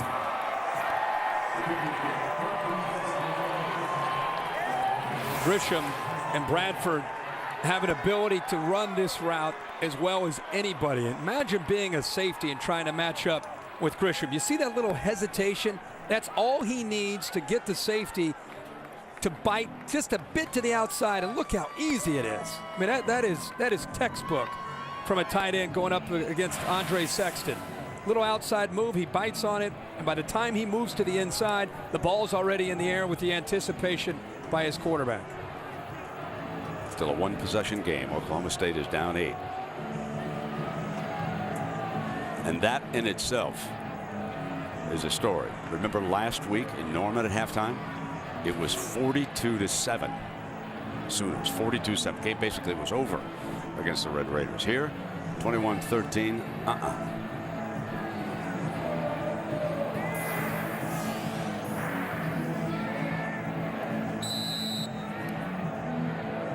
He's a fine young man. Outstanding golfer. Has great balance. He's accurate as a thrower. And he's moving up the charts as far as NFL scouts and Raiders. Kicked along the ground now and picked up at the 8-yard line by Dez. So Bryant taken down with 5 seconds left here in the first half. Well, there's a lot of things going on this big rivalry week, and John and the gang will have all the details. The ACC championship is set. Missouri still doesn't know who they will play in the Big 12 championship. Great game in Atlanta next week, of course, matching #1 Alabama against a team that is absolutely on fire, the Florida Gators. And Hunter and the Cowboys will take it on in, down by 8. So good job by Mike Gundy's Cowboys. Let's go down now to Lisa with Coach Stoops. Thanks, Brent. Coach, first describe from your vantage point what you saw on that fumble. A lot of confusion on the field. We were unsure what was going on. What did you see? We recovered the football and it was down, and then when we got up, they picked it up, and so we were pretty sure we had it. All right. Now, a close game, and from a nice, long, steady, efficient drive to end the half. What impressed you most about your offense on that last touchdown drive? Well, just the poise to come back and put it in the end zone, overcome a little adversity. We need to run the football better, hopefully, in the second half. We need to. Defensively, we had some third downs where we've had some pressure and haven't been able to finish the sack. All right, thanks a lot. Good luck in the second half. Brent? All right, Lisa, thank you. Hey, let's send it to the gang at Times Square Studio. Big John is there with Craig James and the Flutie Man for the Capital One halftime report. Take it away, John.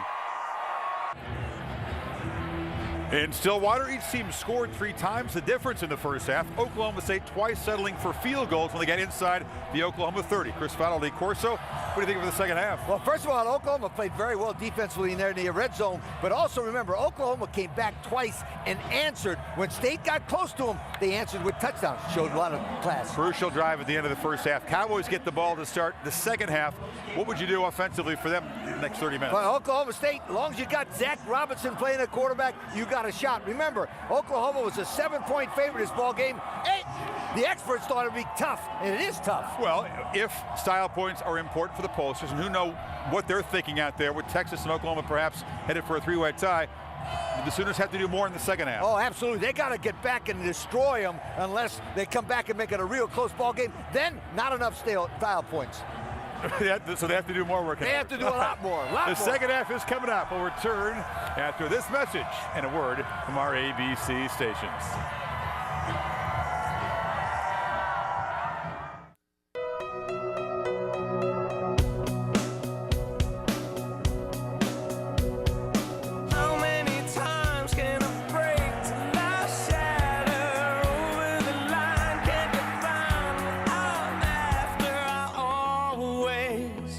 Turn the car around, give me a break, let me make my own pattern. All that it takes is some time, but I'm shattered. I always turn the car around. Saturday Night Football on ABC, presented by Southwest Airlines with Kirk Herbstreit and Lisa Salters. I'm Brent Musburger. We welcome you back. An 8-point lead by the Sooners. 21 points ties their season low for the first half. They had 21 against Cincinnati and Texas. And Herbie, we may have a little story developing. We noticed that you can see the quarterback here. Bradford's taped that left hand. Talk about that. Sam Bradford has come out in the start of the second half. It looks like his left thumb is taped, and we'll keep a close eye on that. We'll talk to Lisa to find out maybe the details. But in watching him in warm-ups, coming out here, he's taking some snaps and working with the center, John Cooper. The one thing you have to be careful of is with an injured left thumb is getting that hand injured even more so on a snap. So you have all the impact going on the right hand and not at all on that left thumb. You don't want to read too much of the body language. No, he was flexing a little bit. Yep. And as Chris Fowler told you, Oklahoma State gets the first possession, and we cannot emphasize how important this is for the Cowboys, down 8.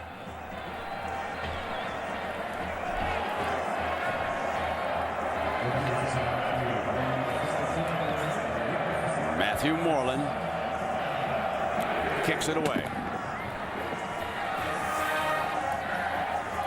And it is fielded on the 10-yard line, and well short of the 20 is Victor Johnson. And now, Herbie, time for our Southwest Airlines playbook. The Sooners came in on fire offensively into this game. 3 straight 60-point performances. Give the Oklahoma State Cowboys a lot of credit. They've mixed up their looks, made some plays, allowed themselves to stay in this game, but eventually Oklahoma settled down. In fact, their last 2 drives, they were able to go 79 yards, then 80 yards, both of them touchdowns to end the first half to give them that 8-point lead. 4 receivers out, and Kendall Hunter, the running back, and he kept it. Beautiful fake by Zach Robinson that time. Jackson forced to make the tackle, and many of the Sooner defensive players jumped at Hunter, as I did. Can't say it enough how important it is for Zach Robinson to be a factor, especially if the Cowboys want to pull into this second half and make this a football game and take the lead. His feet, his decisions have to become huge. Second effort, and the ball came loose. Ball came loose. Sooners come out with it.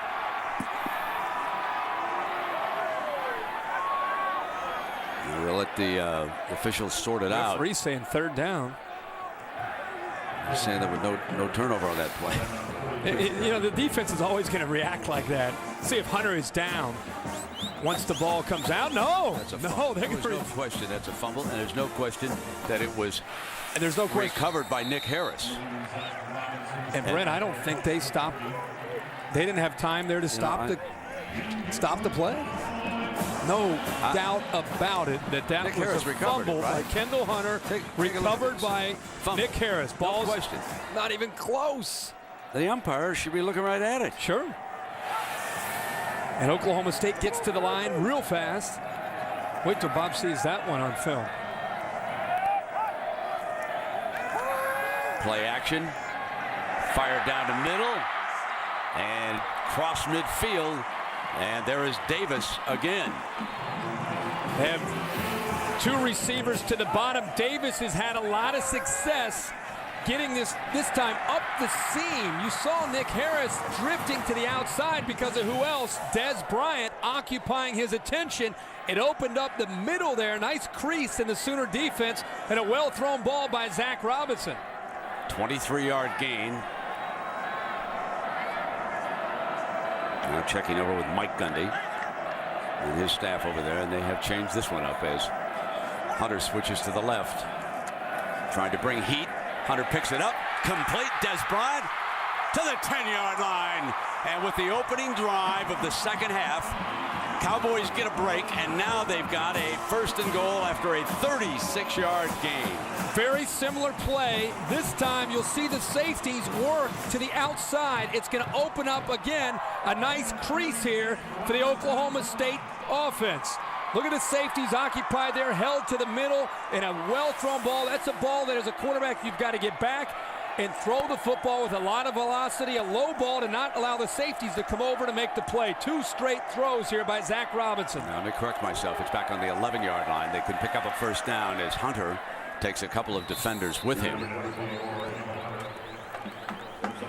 Gerald McCoy in on that stop with Jeremy Beal, the left side, as you look at the defense for Oklahoma. And there's Big McCoy.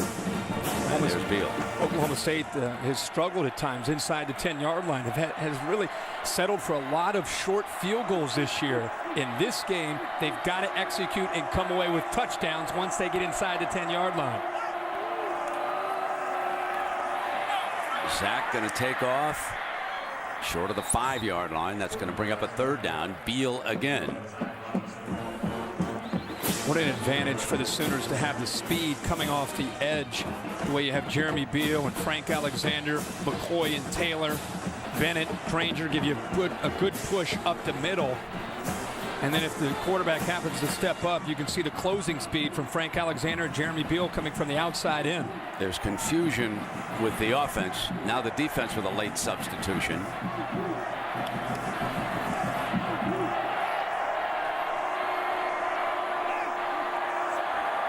You got 3rd down now. Play action in trouble. They brought the heat. Caught. Touchdown, Des Bryant.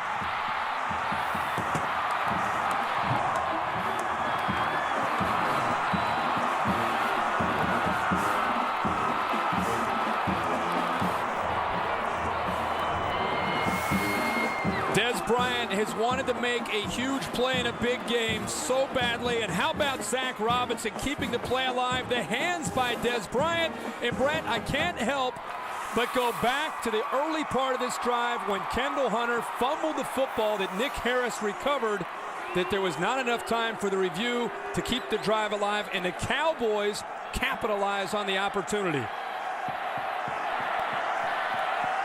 3rd down. They go for 2. Zach, and it's read perfectly by Beal. Picked up. It's a live ball now. They can go for 2 the other way. They are not going to stop Big Frank Alexander. He's going to rumble in for the deuce.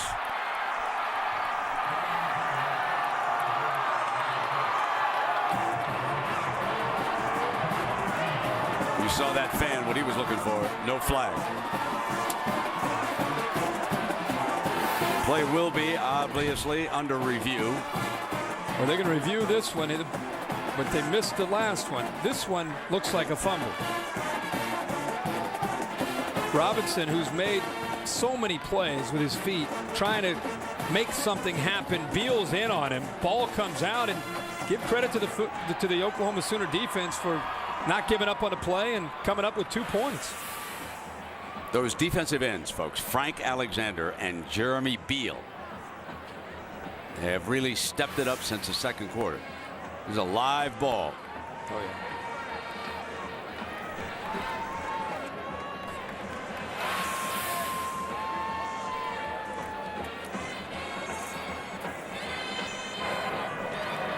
After further video review, the play is confirmed. 2-point touchdown for Oklahoma. So that makes it 23-19. Now, but let's go back earlier in the drive. Now watch, the ball clearly comes out. And watch number 5 right there. He sees it, got it, and for whatever reason, it was ruled dead. And Oklahoma State capitalizes. Fight. This ESPN telecast available in high definition on ABC HD in the thick of things. And it has been better. 23-19. A 4-point margin right now.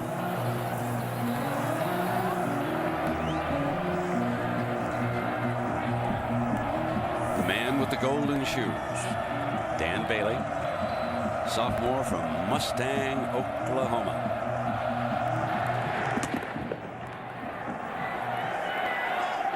At the goal line is Murray.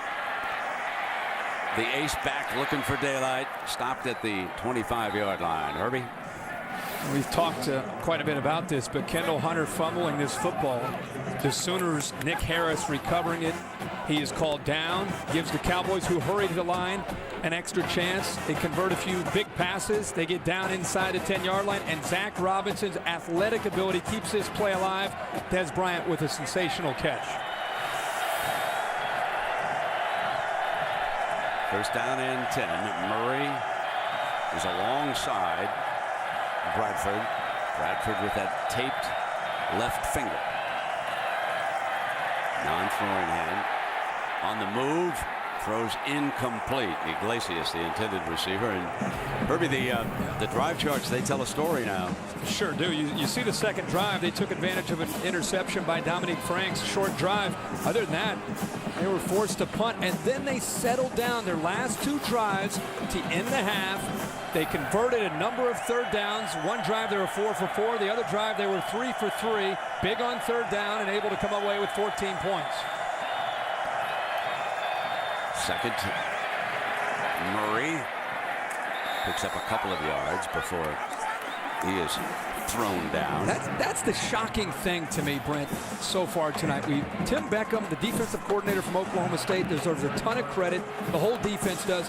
Oklahoma's been running the football at will in the last 5 weeks. Good look there at Tim Beckham. And so far they have 68 yards on the ground.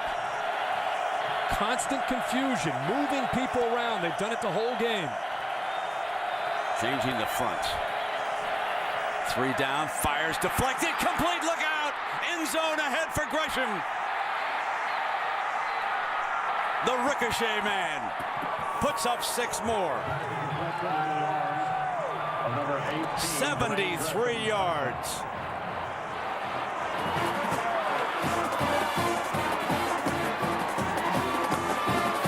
Sometimes you got to be lucky.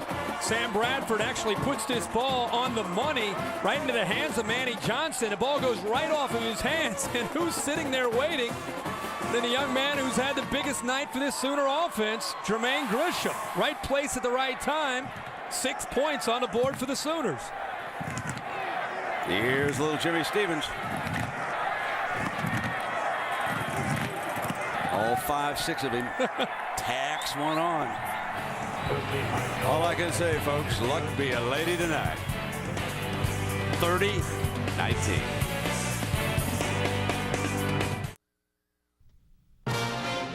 Saturday Night Football on ABC. Brought to you by Southwest Airlines. Low fares, no hidden fees. Bud Light. The difference is drinkability. Powered by Pontiac. Official performance machines of the NCAA. And Pacific Life. For insurance, annuities, and investments, choose Pacific Life. The power to help you succeed. All the memories over there in Heritage Hall, Oklahoma State history. And again, our Big 12 update. Here's the scenario now. If Oklahoma wins it, they would create a 3-way tie for first, and then the BCS ranking, the highest ranking. Remember, Texas had a slight lead coming into this game. Oklahoma State wins, of course. Then Texas Tech would play Missouri next Saturday. Here's on the 10-yard line, Cox. Let's go back to this touchdown, Herbie. Well, again, Sam Bradford would love to say that this is a play they work on Thursdays. The ball's pretty well thrown. It's a third down pass that Manny Johnson should have been able to catch. Goes right off of his hands, almost like he pushed it forward to Jermaine Grisham sitting on the backside. You're wrong. They work on a Wednesday. Oh, my fault. My fault. Lisa. Well, Brent, I was talking to Mike Gundy before the second half started, and he said, you know what, our defense has played well. Their tight end has got a lot of tip balls, but eventually those tips are going to come to us. Obviously, eventually hasn't started yet for Oklahoma State. Yeah, exactly. Kendall Hunter with the first carry. Yeah, I want to remind everybody that Jermaine Grisham is 6'6", 260, and the speed that he has on the outside when he's running away from people. This time, showing Hunter here on first down. Cowboys need to bounce back and again answer. We always talk about that, how important that is in college football because of the emotions. Now the Cowboys, ball's back in their court. See what they can do. Zach is pulling out from an option look. Can't find an open man. Splits the defenders and picks up a first down. A Tarkenton-like run, if you will. Very, very athletic quarterback who's improved so much with his passing over the last couple years, but at the end of the day, he's a dual threat guy that can make you pay for it if you don't have contain. This is a very athletic defensive line from Oklahoma, and he's running circles around him right now, and he's picking up huge chunks of yards for the Cowboys. Kept it. Here he comes. Another first down. Let's check in with Matt in New York. Matt. Hi, Brent, Sports Center right now, powered by Vizio. Oregon built a 20-point lead in Corvallis on Oregon State. The Beavers have only been able to trade touchdowns since. The lead is now 13, and an Oregon win would open up the door for USC to head to the Rose Bowl by beating UCLA next week. In the meantime, Trojans are absolutely smothering Notre Dame on ESPN. The Irish recorded their first down of the game on the last play of the third quarter. It's 31-3. Now we go. First down. Charlie still calling plays? I believe he is, sir. Yes, sir. First down and 10 now. Zach fires over to Des Bryant. They've got another first down. And Des Bryant is starting to make an impact as we take a look at the Pacific Life game summary. And we have been keeping you up to date. We started the evening. We said these two running backs would be a factor in the game. And I mean, you look at the numbers pretty similar. You have to say Kendall Hunter right now has probably been a bit of a factor for the Cowboys. DeMarco Murray started the game fast with a big touchdown, but the Cowboys have done a pretty good job of containing him and the Sooners running game.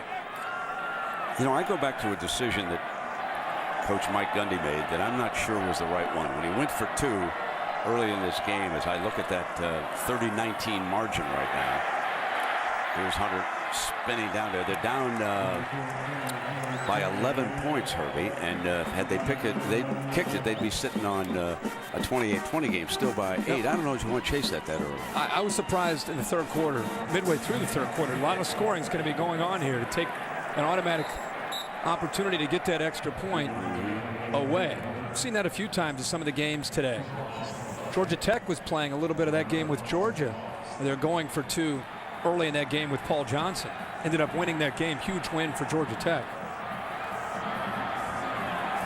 Mike coordinating the offense. Got a 3rd and 5. Remember, Zach Robinson on third down, if he's not finding open receivers, has been a nightmare for the Sooners to try to contain. He's picked up a lot of yards and a lot of first downs tonight by running. Pettigrew has been quiet as a receiver, active as a blocker, 3-down lineman, and he's lead blocked that time as Hunter came across the 30-yard line and Beal tripping him up. And there were Pettigrew, a very fine tight end, and he was one of the lead blockers over there that time. That time on 3rd and 5 with a play call here with a zone read, the handoff to Hunter. You got to believe that Mike Gundy realized that he had 2 downs to pick up 5.5 or 6 yards. Came pretty close there on his first attempt, but had every idea in the world of going for this, no matter what the results were. There's our charts. We love to see that. They use it at home and the road. Got to hurry now. It's down to 2 seconds. Got it off. Broke to the 20, 10, end zone, touchdown, coming back.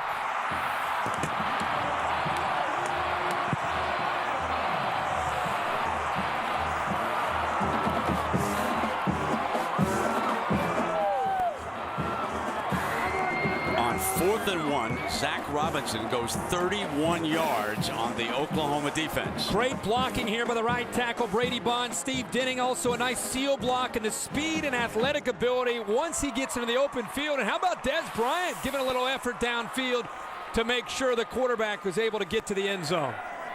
Now Coach Gundy goes back, kicking extra points. So quarterback Zach Robinson and the Cowboys are hanging tough in Stillwater. The Sooners are far from being out of the wood in this one.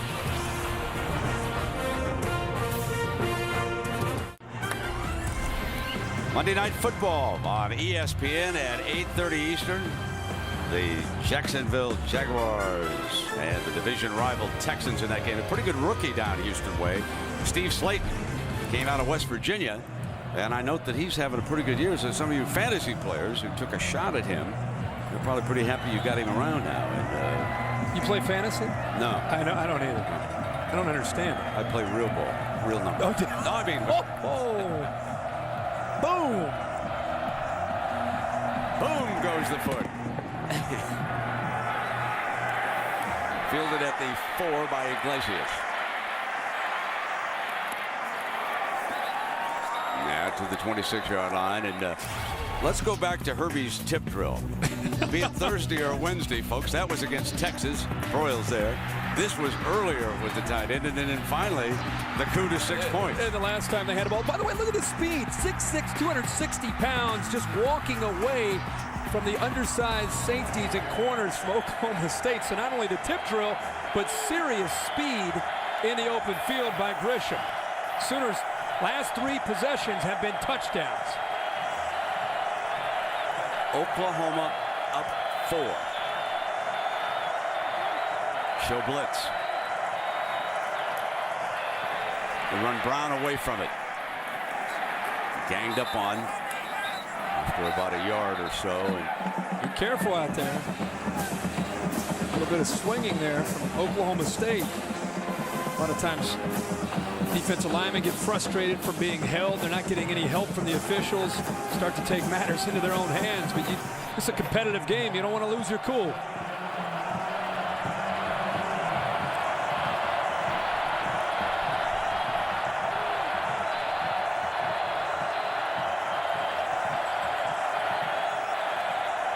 That's Sexton, the linebacker, who's creeping up.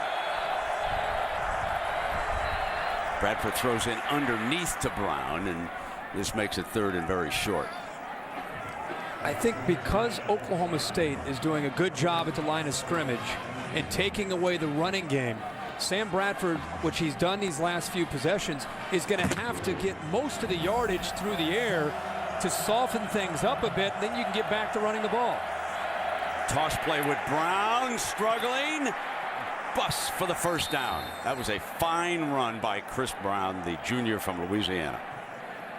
I mean, they are fighting, scratching, clawing for everything that they can get when they try to run the football. You got 9 guys up at the line of scrimmage on 3rd and short, and Lemon is there to hit Brown short of the first down, but the toughness there and the power by Chris Brown gives the first down.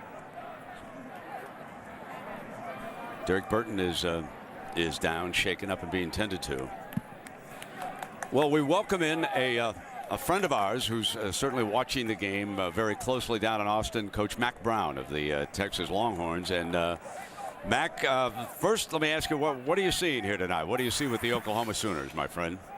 Well, we're seeing 2 great teams, Brent and Kirk. I mean, we played them both and beat both of them and knew they were a good football team, and Oklahoma State's tough at home. And so I'm not surprised by anything I've seen tonight.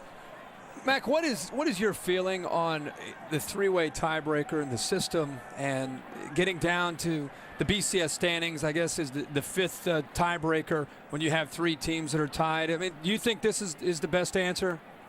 Well, Kirk, number one, it's three really good football teams with Texas, Oklahoma, and Texas Tech, and somebody's going to be really disappointed tomorrow. There will be two teams that probably deserve to play in a championship that won't get there. But it seems to me like after looking at the SEC rule for a tiebreaker and the ACC rule for a tiebreaker, it's pretty simple that if Oklahoma State wins, Tech is in head-to-head with us. And since Tech is not in the mix if Oklahoma wins because it's two highly rated teams, we should be in head-to-head if Oklahoma wins tonight, regardless of the score. Stick with us here, Mac, on the 1st and 10. Murray, the Oklahoma running back now. Bradford checks over to see what Kevin Wilson wants done. Sent down below. 3 down linemen they had been using 4 down and moving Sexton in, and now they come back with the linebacker standing up. Rush 4. Bradford in trouble, runs out of it. And close to a first down. And Mac, let us say that Oklahoma does wind up with a couple more style points, and certainly they were closing in, and they're playing here tonight. Let's just surmise for a minute. Texas is still very much in the chase for the BCS championship game down in Miami, though. Aren't I correct about that? I mean, Oklahoma would have to go play Missouri and Kansas City, and then we'll see what happens with Alabama and Florida. What are your feelings about that? Well, there's no doubt. I do think the Big 12 will revisit this rule, Brent, next spring, because head-to-head, if we talk about playoffs all the time, when you play head-to-head and it doesn't count, it's really hard to act like playoffs would make a difference. Our kids have played great. They are in the mix. You guys saw the Texas-Oklahoma game. It was a classic, but it was on a neutral field, and we won the game. So I think that's where I would be coming from. Oklahoma's a great team, and I think it'd be hard to try to explain to our kids next week why Missouri and Oklahoma are playing when we beat both of them. Mac, how frustrating is it to sit back and have this be subjective, whether it's the BCS or it's the Big 12 South with a three-way tiebreaker? As you said, you guys don't have to apologize for anything the season that you've enjoyed this year, but to sit back and to not have any control over this has to be very difficult. No, I think the only thing that can come out of this good, Kirk, because, again, there'll be two good teams not go, is that hopefully everybody will revisit this system and not have kids not be able to get someplace when they've accomplished what they needed to on the field. Mac, thank you very much for being with us tonight, and good luck regardless of what happens. You and the Longhorns have had a wonderful season, and we've enjoyed covering some of the games, I'll tell you that. The Big 12 South, ladies and gentlemen, has been just a wonderful, wonderful conference. And, you know, you watched a couple games from the north. Herbie, the Nebraska comeback with a 57-yard field goal against Colorado. And then the Missouri-Kansas game, a conference that has had a great, great year. From the play action down high, snapped out by Broyles. Ryan Broyles snaps it down, and the Sooners are on the move again. Well, what patience here by Sam Bradford. Number 4, Levine, is actually in his window. He's sitting right here and taking it away. Watch how he sits patiently, waits for it to open. Takes a lot of time by the offensive line. Nice job. False start, offense, number 75. 5-yard penalty, second down. Excuse me, first down. Correction, 79. We get it.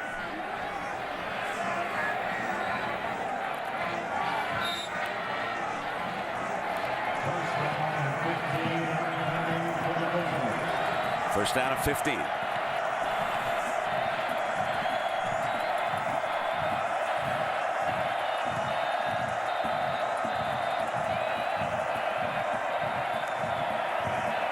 All day, Murray. First down and approaching the red zone. Lemon back to make the stop on the running back. He hits a receiver downfield. These linebackers all of a sudden lose a bit of their swagger. They start to drop, taking away the deeper throws. And Bradford, well aware of it, makes a nice throw underneath. Here comes Murray diving. What a great all-purpose athlete DeMarco Murray from Las Vegas is. Able to run like we've seen here today. He's returned the bulk of the kickoffs for them. Catches the ball well, does it all. Nothing he can't do, and Stoops appreciates the effort he's getting from him tonight as Brown checks in. You saw him over on the sideline. 3 down linemen now. 2nd down and 5. Oklahoma State back on their heels again on this drive. They show blitz. And Brown breaks free, and a 1st and goal. Just shy of the 7-yard lines where that ball is going to be spotted, I believe. Chinasa tried to jump the snap count. Defensive lineman actually lined up as a linebacker. He got through, but as he picked a gap to go through, Chris Brown decided to take the next one to the outside.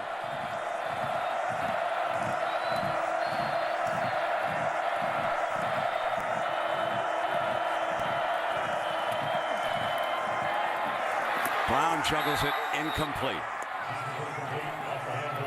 Parrish Cox was the corner coming up on that play, and Brown lost his concentration just a little bit on this. Yep, and we've seen Oklahoma make a living on this play, and so many times they dump that out to Murray or Brown. 2nd and goal.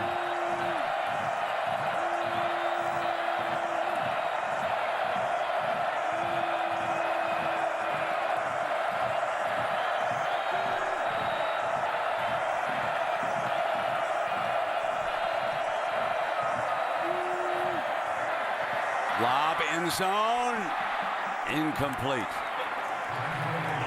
And again, it was Cox back with the coverage on Chaney in the end zone. Great coverage this time by Cox. Sam Bradford a little bit short with this ball, and he's very fortunate that Cox could not locate the ball as he went airborne. Ball is underthrown. Cox could have made the interception. Here's a 3rd down and goal, and Murray back on the field. He split out of the backfield. Bradford in trouble.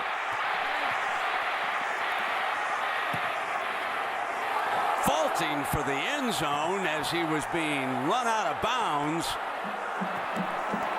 Bradford goes airborne. Brent, how about the athletic ability here by Sam Bradford? We've talked on and on and on about Zach Robinson. Bradford goes up in the air, gets forced out by Ori Lemon, but he ran away from Levine, who's chasing him from the backside before he went up into the air. What a spectacular picture that is. 4th down and goal now. Look back over with Brown set in there behind Matt Clapp, the fullback. Gresham, the talented tight end, is over on the right. He's been a nightmare. Fumble on the snap. Touchdown, Bradford. It is now becoming a little bit apparent that the injured left hand is causing a problem. That is the 2nd time now that Bradford has put the ball on the ground. But in each instance, he has saved it. Once with the recovery, and watch what he does here. Picks it up. 6 more for the Sooners. Sooners catching the breaks today as far as tip balls and with the snaps that they've had some problems with. This time Bradford not just recovering it, but picking it up and getting it into the end zone, maintaining that poise that we always talk about with him. Touchdowns on their last 4 possessions. And as Branch Rickey might say, luck, folks, is a residue of skill. And this is a team with a lot of skill.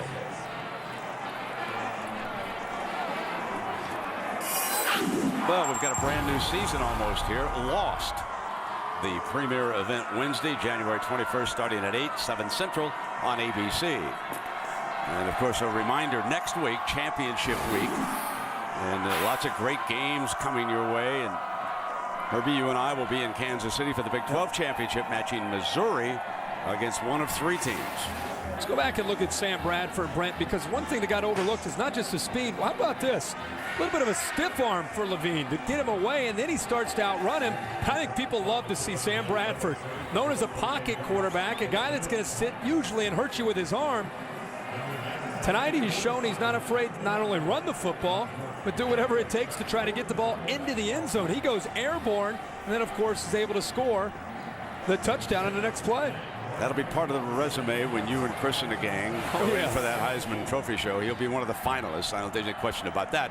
Colt McCoy, Tim Tebow, Graham Harrell, all those great quarterbacks. And it's been a close race, dogfight among these youngsters for that #1 award. I'm sure they're more interested in winning football games. And there is Bradford looking down at the hand. He's put a couple on the ground here tonight on snaps.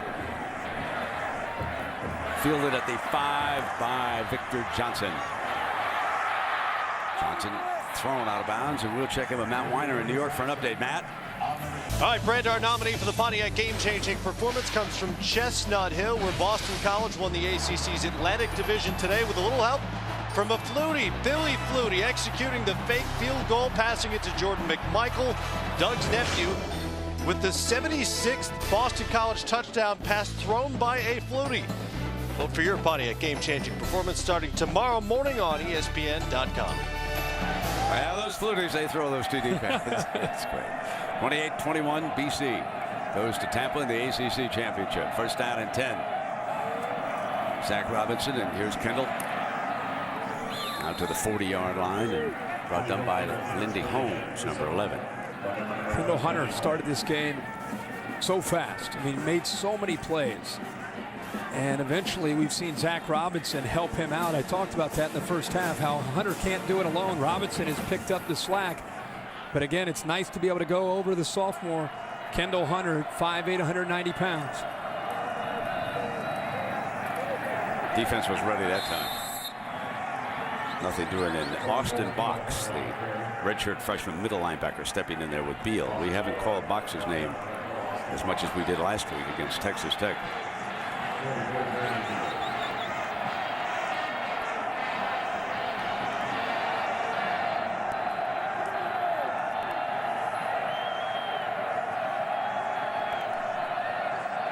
Des Bryant, who's had a pretty good game up at the top.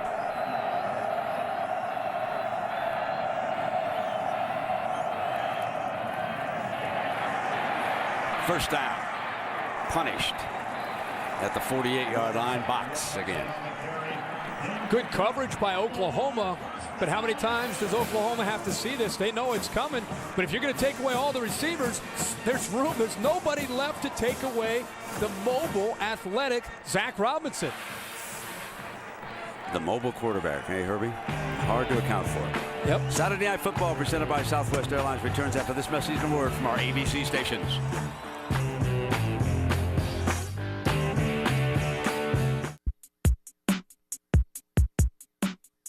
The name says it all. Bedlam. Obviously, two in-state teams that really don't like each other. Everyone thinks that OSU is the stepchild to, Oklahoma, but, in these last couple of years, we've been trying to change the program around and try to get noticed and get some recognition. So I think this is a really, a big stepping stone in going towards that direction, like we want to be recognized. Bedlam indeed. It has been a wild night here in Stillwater, and the Oklahoma fans who traveled in here are enjoying every minute of it.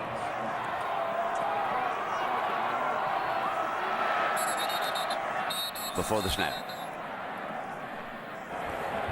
Dead ball, false start, offense, number 54. 5-yard penalty, first down. That's the left guard, Andrew Lewis.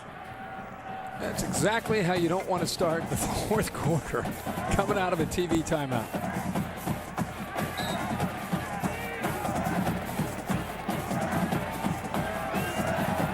I'll tell you who enjoyed that TV timeout.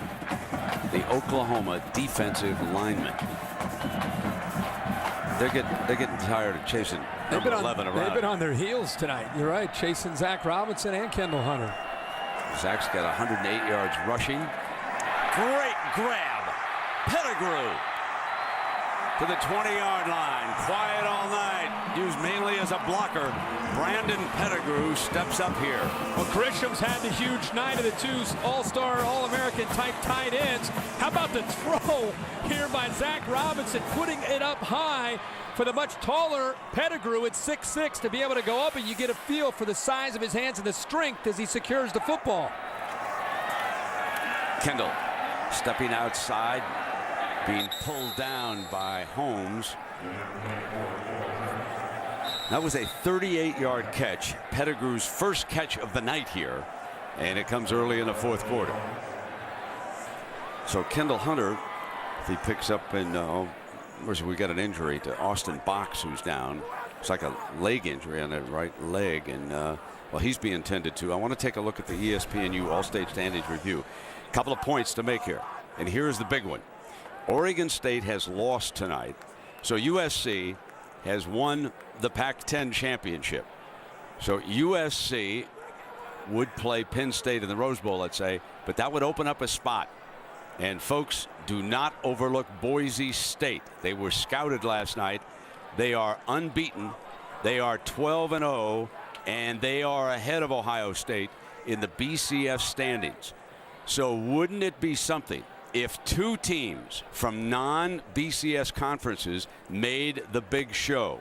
We'll have to wait and see how this unfolds. Right now, we're going to take a break as the young man is still being tended to down there. And that's Austin Box, and we'll be right back to Stillwater. So here is Austin Box taken off the field. As you pointed out, Herbie, this is a big loss. It's right here off to the side there. Big loss. Remember, Ryan Reynolds went down earlier this year. Throwing end zone. Got a man. Touchdown, Des Bryant. Working against Franks in the corner. They will not go away. They will not go quietly into the Stillwater night. Des Bryant with his second touchdown tonight. They come right after the Sooners coming off of the injury to Box. Isolated there, one-on-one. Actually gets behind Dominique Franks. Ball's thrown high, but Franks didn't have any chance to make a play on the ball. He was out of position. And a nice throw again by Zach Robinson. Oklahoma State has scored touchdowns on all three possessions this half. Tostin, the running back, as they'll now go for two. Des Bryant again against double coverage up over the top. An 8-point production by number one, who is stepping out in a big game for the first time this year.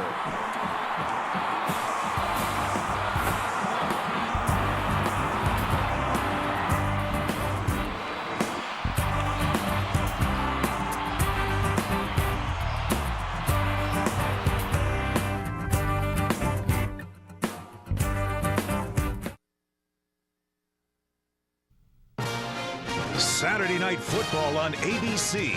Brought to you by Southwest Airlines. Low fares, no hidden fees. The 2009 Cadillac CTS. Samsung Mobile. To predict the winning teams, text RIVAL to 43776 during rivalry week. And Gatorade Thirst Quencher. Gatorade. Is it in you?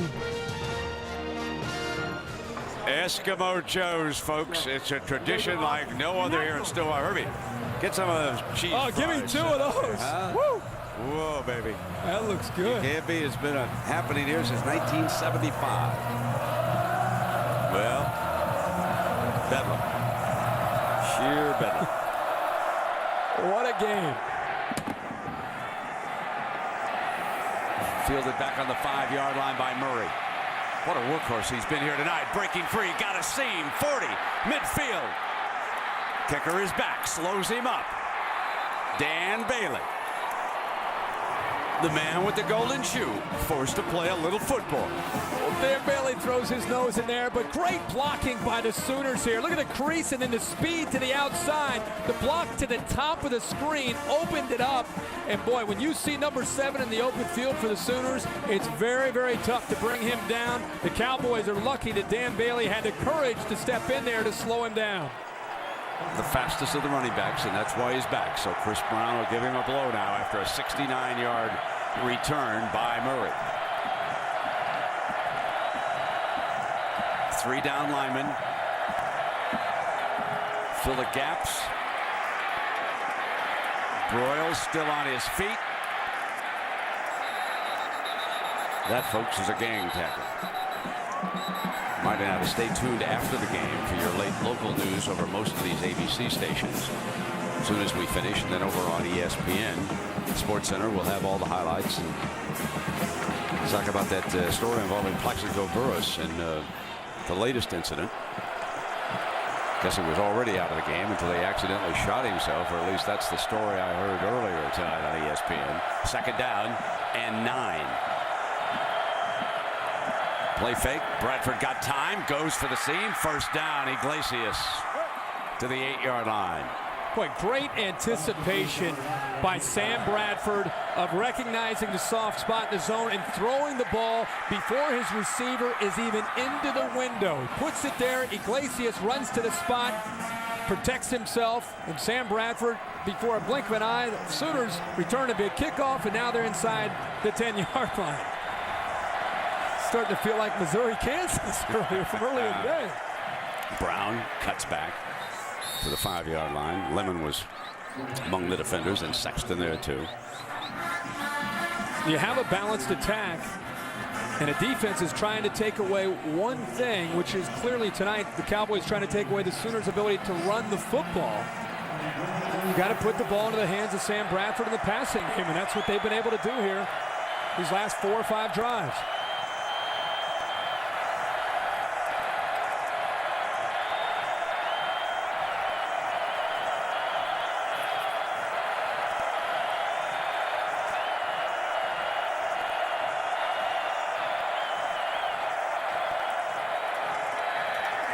Here's Brown, short of the end zone to the 2.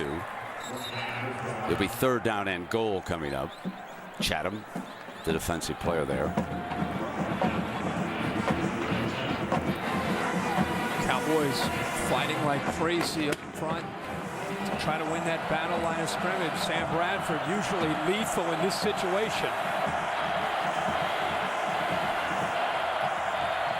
Because of his size, Grisham, 18, is usually the man that he looks for.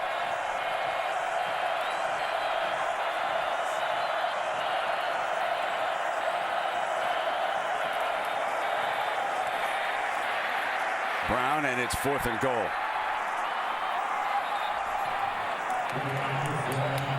Up 3. Bob Stoops, usually known as a guy who's confident and he likes to take chances. We've always seen that from him as a head coach, and it looks like this will be no different. You saw Murray trot back onto the field.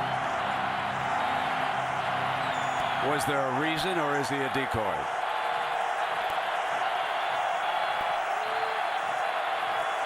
He's flaring. Not open. Touchdown. And that is Brody Eldridge, the other tight end. And the first time that Bradford has looked at him all day, he comes uncovered, wide open. How about the poise of Sam Bradford on the road? Can't hear yourself think. Bedlam, a game that's going back and forth. You're thinking it's either Murray or it's Grisham, and instead it's off to the right. The backup tight end, Brody Eldridge. The defense does not account for him at all. It's almost like they looked at him as an offensive tackle. They didn't even think about him as a possibility of going out for a pass. Stevens Tech's on the point. That is 5 straight touchdowns now for Bradford and the Sooners. And in their last 2 possessions, they have scored touchdowns on 4th down.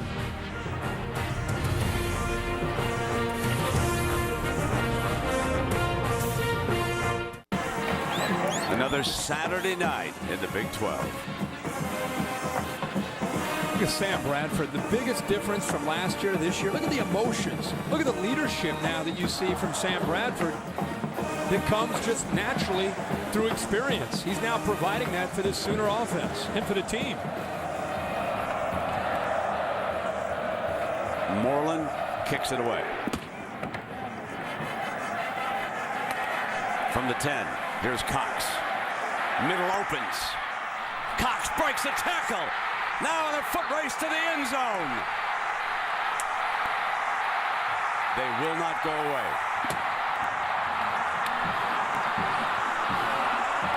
90 yards of pure bedlam.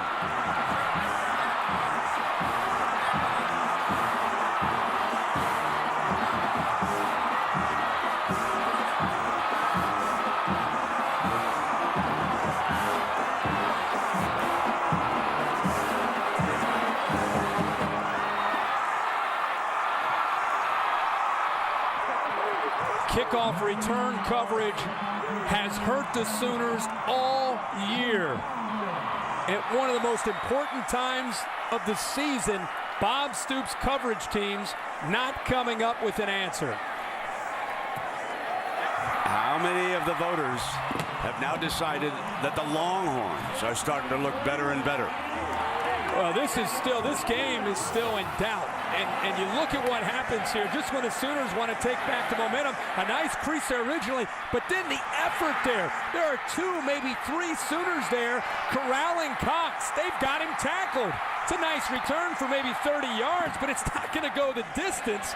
Good job up front. They create the crease. Look at this, 2 or 3 guys. They're too busy trying to take the ball away instead of securing the tackle. And once Cox kept his balance, Brent, you talk about speed. Wow. Now it's Murray's turn. And Bullitt exhausted. That's Sherry Treat up in the saddle. Water, he needs some water.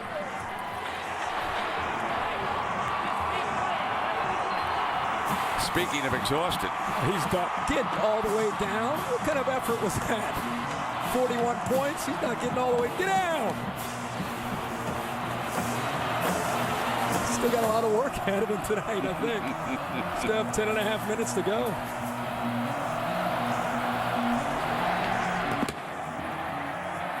Cowboys won't back away, and here he comes from inside the end zone. Murray stumbling, and he makes it out to the 36-yard line for the goal line. Wow, Herbie, as we look at the Pacific Life game summary, talk about the 2 quarterbacks here tonight. Well, it's been a lot of fun to watch these guys, and each have done it in their own way. Sam Bradford, look at the case he's making, by the way, for the Heisman Trophy. 25 at 38, over 300 yards. Great decisions, 3 touchdowns, no interceptions, and actually 16 yards rushing. But Zach Robinson has been sensational. The bottom number there, 108 yards rushing.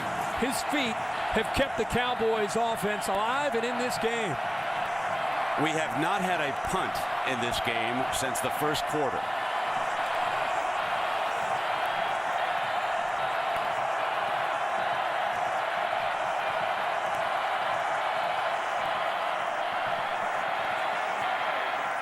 Coming in, Gresham again, the tight end.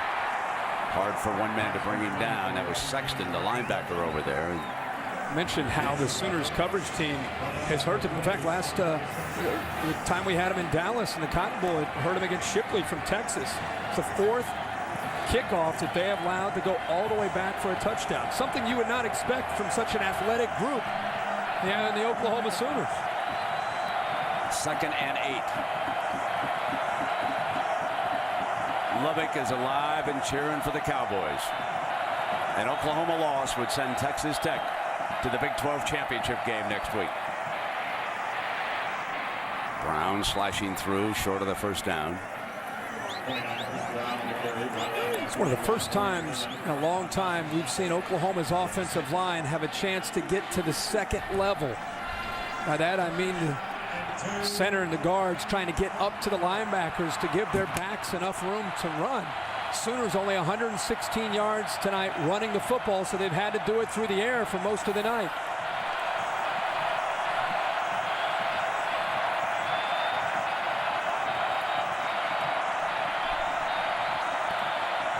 Off the silent count, picks up the first down. Iglesias. And I know that's only going to go into the stats is just another conversion, another nice pass by Bradford. But because of where we are in this game with 9 minutes to go, and because it's going back and forth, the awareness, the poise, the decision-making, the crowd is trying to take him out of his game. He keeps his cool and continues to make great decisions.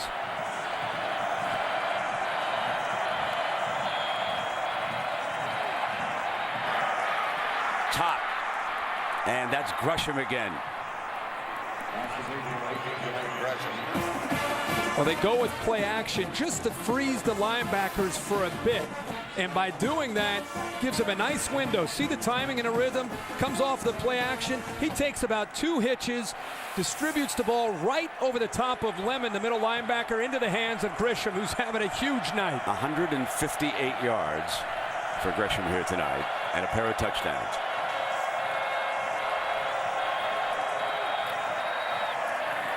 That flanker screen, Broyles has a first down at the 14-yard line. Price, the defensive back. Anytime you leave Broyles alone over the slot like this, Sam Bradford's going to call off the play that he originally wanted. Just get it out there right now to Broyles, pick up a block on the outside, and just like that, here's 10 yards and a first down.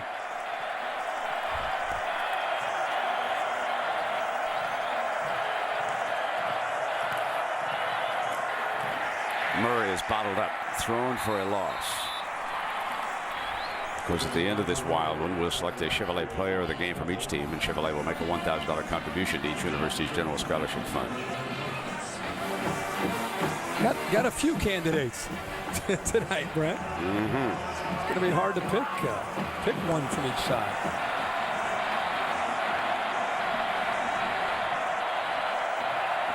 Murray has slipped out there to the left side.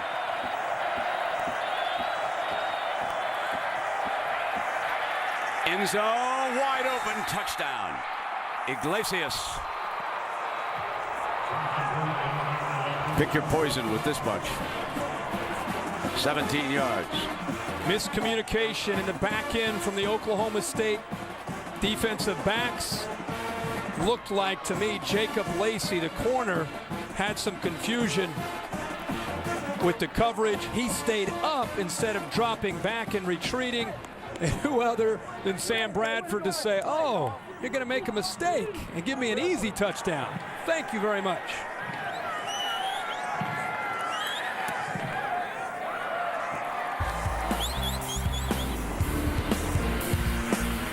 Six straight Oklahoma touchdowns. Can anyone stop this machine?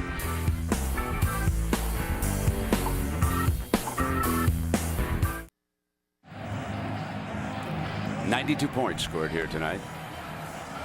A 10-point lead for the Sooners. 7:17 remaining. And now it's the Cowboys' turn.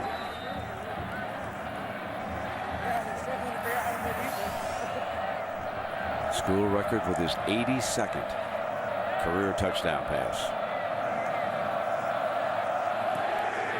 On the ground this time. And it'll come out on the 20-yard line. Sooner fans love that. Here's Iglesias on the touchdown. He's going to get to the outside. Now you see Oklahoma State, they're going to drop. They're going to drop. This man right here, Lacey, should drop, but watch what he does instead. See the confusion? He comes up, bites actually on Broyles, and look at Grisham. Look at Iglesias go right behind him. Easy read, easy touchdown for Oklahoma, and you can see Lacey on the back end of that play after Iglesias pulls away from him. This is a pretty easy touchdown. Easiest pitch and catch that they've had all night. Lacey looking back at his defenders saying, well, a little mixed up there on the coverage. What coverage was that?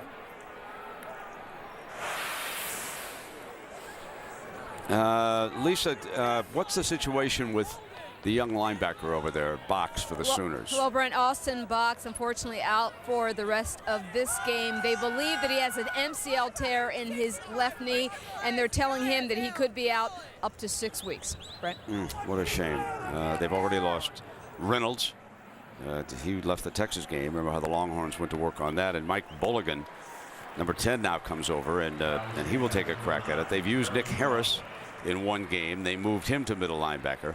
And so they've tried a little bit of everything. And Box was coming along. Sure he was improving, and I believe that's Broadway. It was shaken up on the kickoff. Brennan, think about this. Curtis Lofton left this defense early to go to the NFL. So they've really had to move Reynolds to the inside. They've had a lot of injuries there that they've had to deal with. One bit of business for the Trojans before they take on Penn State. And of course, that is UCLA. Zach is sacked. First sack of the night. Keenan Clayton rolls in. The junior from Sulphur Springs, Texas, the converted safety. That's one way to take away the mobility of Zach Robinson, is just come in on him before he's even able to see you. And Britton, you talked a lot tonight about Keenan Clayton and his speed. He and Travis Lewis both having 4.5 speed from the outside linebacker position, that time catching Robinson off guard. 2nd and 19 for the Cowboys.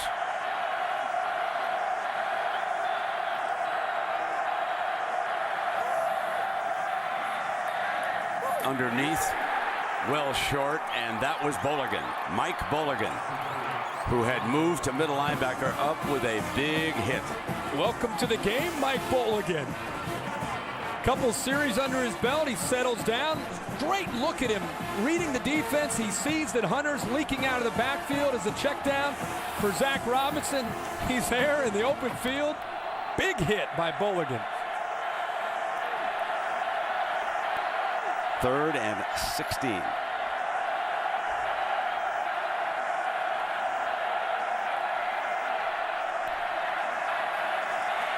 A lot of time. Fires high, incomplete. Almost intercepted. Damian Davis was the intended target on that play. Robinson had his receiver. Actually breaks free here. Nice job up front. Time to make this throw. Davis has made some good catches tonight. Ball's high. He's got to be able to secure that catch and pick up a first down. If he holds on to that football, it's a first down on 3rd and long. Oklahoma can tighten the grip here. Broyles standing back on the Sooners' 45-yard line. They figure to have great field position.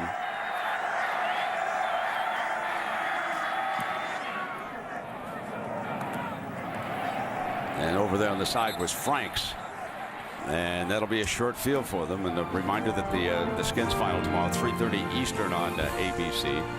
KJ Troy took the money lead today, and Phil Mickelson, Stephen Ames, Rocco Mediate will be competing tomorrow 3:30. You know, the Sooners have not been able to run the football as much as they would like to. You've got to think they've got to mix it up here and try to work the clock as much as they can.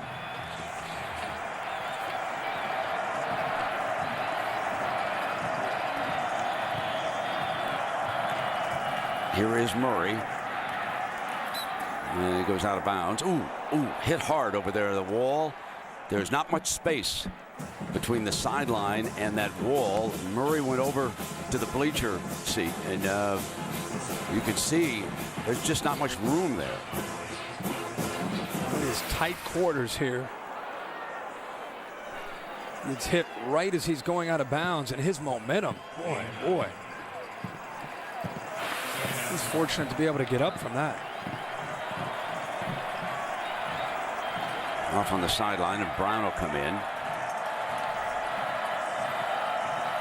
2nd down and 1 after the 9-yard burst by Murray. Murray's rushed for 64 yards.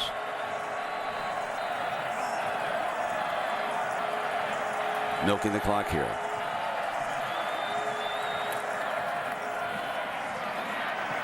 They get the first down and then some, and Chris Brown, tough to bring down. Let's show you how effective this Sooner offense has been here. The last 6 times they have scored, and more importantly, look at the distances that they have traveled.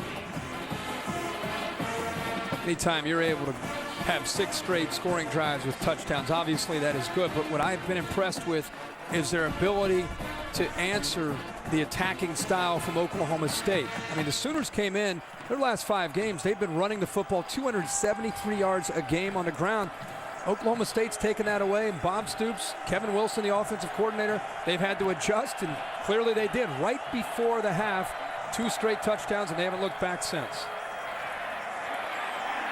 Brown again. What has Brown done for you lately?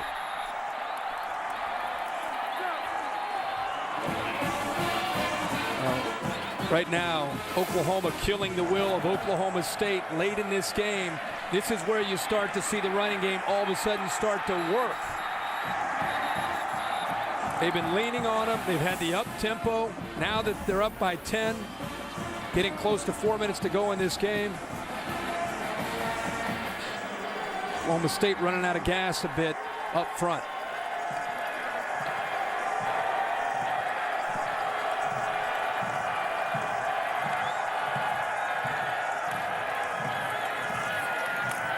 Brown stopped at the 10.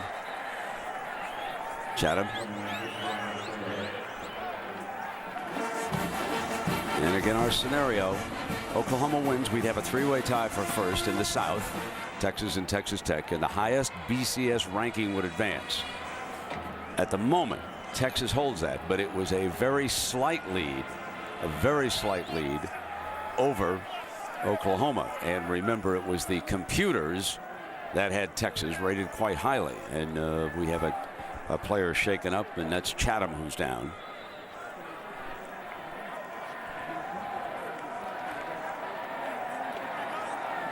.344.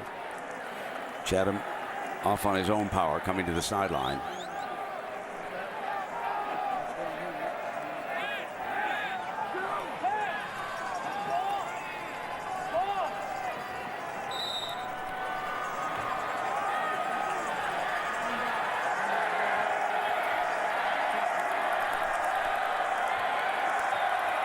Three down linemen.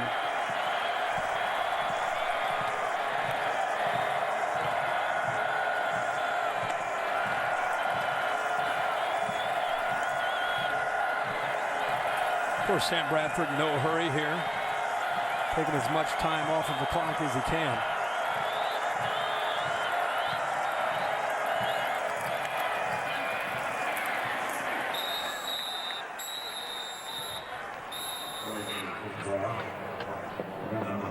Levine making the stop. Timeout. Oklahoma State with 2 timeouts. So a reminder again, tomorrow night on ABC, Desperate Housewives. And that's at 9/8 Central on ABC. So there you have the big show for tomorrow night on the network. And here we've got Oklahoma ahead by 10 points. And the key question as to what's going on right now is whether or not they've got enough style points to overhaul Texas in the BCS rankings. It's simply coming down to that. If they can maintain this lead, obviously anything can happen. Everybody's going to be watching this game. They watched the Thursday night game. For me personally, what Oklahoma's done is impressive these last couple weeks, but I always go back to the head-to-head. I look at what Texas and Oklahoma did on the same field. We called it in Dallas. Texas beat them, and for me, that's enough. For other people, of course, if you're an Oklahoma fan, what about, hey, Texas Tech beat Texas, and look what we did to Texas Tech. I understand that, but to me, it comes down to Texas and Oklahoma. For me personally, I think I'm in a minority based on the way the polls came out last week. Third down. Incomplete. Throwing into traffic that time. T.J. Bell was the defensive back there, and Stoops up 10. I believe is going to be confident to go for 13 here. He's going to be comfortable. 9 yards. It was a 4th and 9 coming up. And here's young Jimmy Stevens. He doesn't get to try too many field goals. Take advantage of him. 27-yarder for him. Whitson is the holder. Whacked it pretty good. So it's a 54-41 lead. And of course, whoever comes out of the Big 12 South, they will play Missouri next Saturday night, the Dr. Pepper Big 12 championship in Kansas City. And I'm certainly hoping that the weather might be just a little bit better than what I was watching today with Missouri and Kansas. Like a little bit of everything today in Kansas City. You know, the wild card in this scenario is if Missouri somehow knocks off whoever ends up showing up in next week's game, whether it's Oklahoma or it's Texas. If they end up pulling off an upset, the team that's left out of getting to Kansas City still could theoretically make it to the national title. Indeed.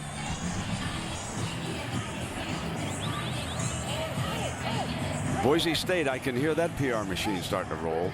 Everybody remembers what happens the last time they went to a BCS Bowl. I'm sure that the Sooners remember the Statue of Liberty play in one of the most exciting bowl games ever in the Fiesta Bowl. And of course, USC has to take care of UCLA next week.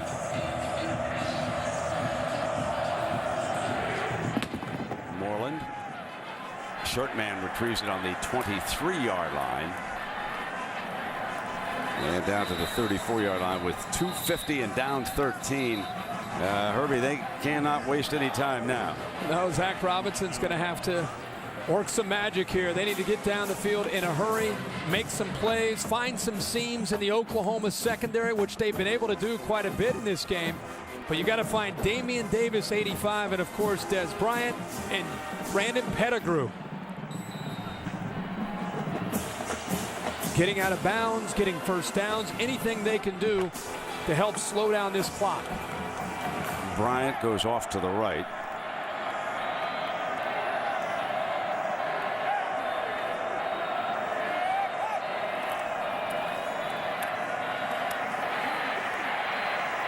Zach throws it. Kendall came out as the safety valve, and Hunter picks up a first down and stops the clock. Again, in college football, the clock will not stop completely until you get under 2 minutes. Now the game clock will start with the play clock once the referee gets the ball set up. So the clock will start. So Zach Robinson needs to be aware of that because every second at this point matters. It's 12 seconds. Fumble, loose ball. Oklahoma has recovered. Adrian Taylor and Jeremy Beal.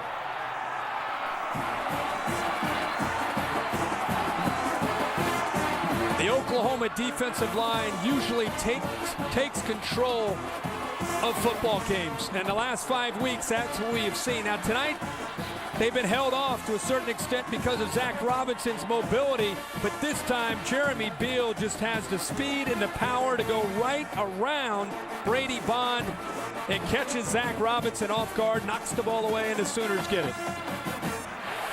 That is Big Taylor down on the bottom with the recovery. 2 takeaways. Lead the NCAA in that category. The Sooners are closing in on a W. They want another touchdown. You know that, Brent. Here's Murray. Staying in bounds, keeping the clock moving.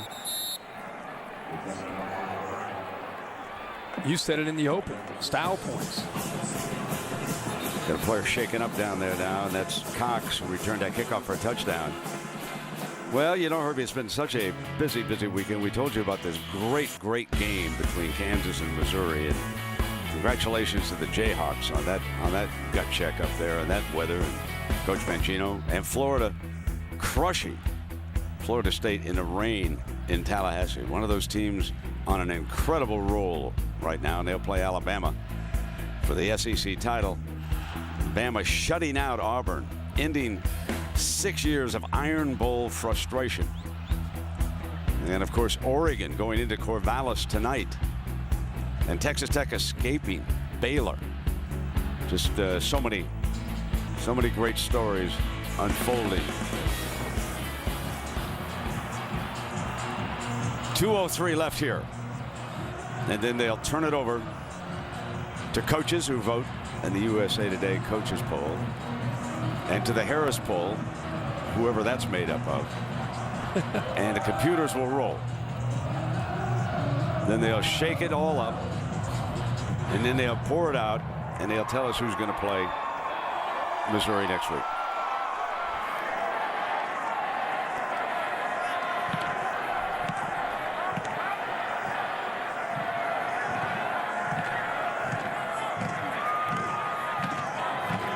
Bringing the clock down. Last minute and a half. Murray couldn't quite get the first down. Quentin Moore making the stop.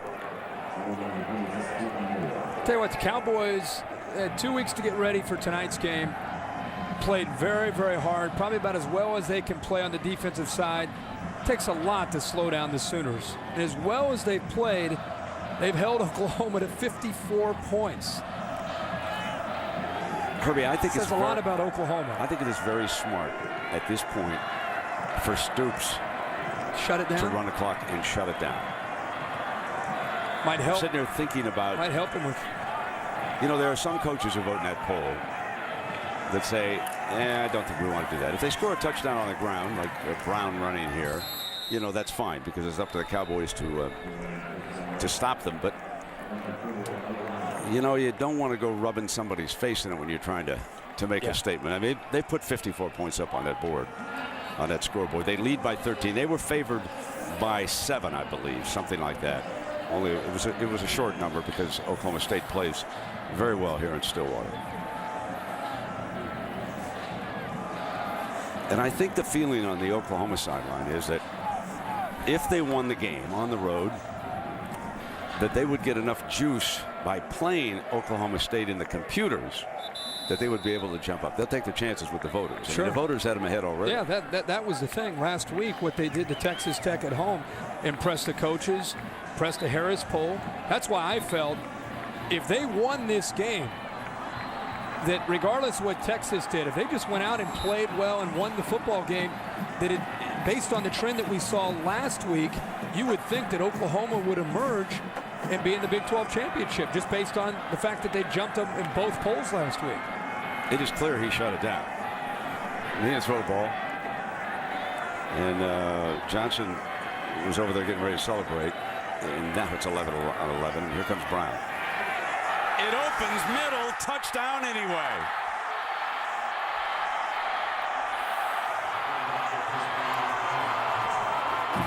"28 yards. And that drive without using the pass as a major weapon. They just run it in. And that's 4 straight games with over 60 points for the Oklahoma football team.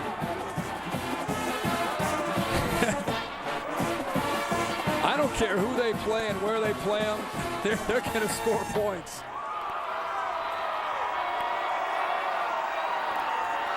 Missouri better get ready. Oh, my God. If it comes up Oklahoma, they're going to need some. They'll need points no matter who's there. They need them against Texas, too.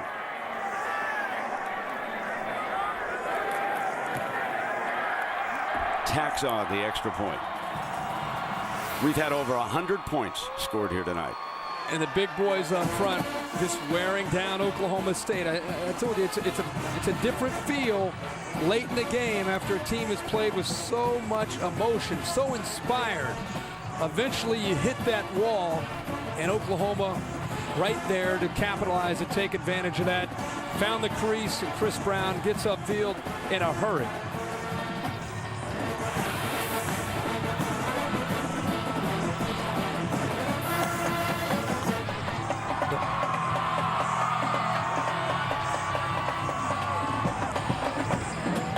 Pretty good feet. You go 4 straight. Bobby Jack right down there with Bob Stoops. Bobby Jack works with the defensive backs. Terrific recruiter. Stoops knows.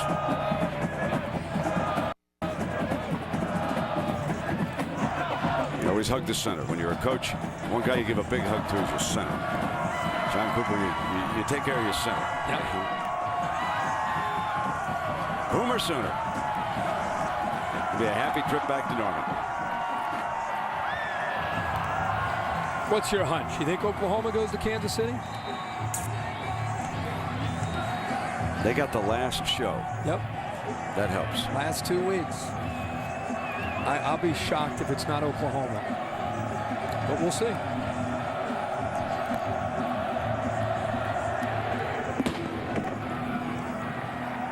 Fielded on the 15 by Bowling. And Bowling is out to the 32. So let us honor our 2 quarterbacks here tonight, Herbie, as the Chevrolet Players of the Game, and in recognition of their efforts. Chevrolet will make a $1,000 contribution to each university's general scholarship fund. 5 total TDs for Bradford and 1 airborne attempt at a 6th total TD. I mean, the picture that's going to remain out of this game for everybody is Sam Bradford going airborne toward the end zone. They'll be showing that, as you said, a lot of times when we go to New York City for the Heisman Trophy ceremony.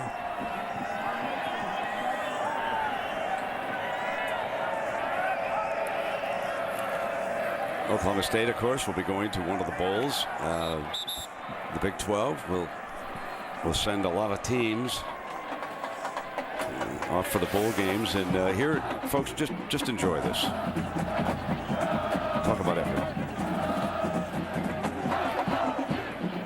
You know, if Lemon's not there to push him out of bounds, he scores. He went up and over Cox, and he was going into the end zone. No question. Or Ricky Price, rather.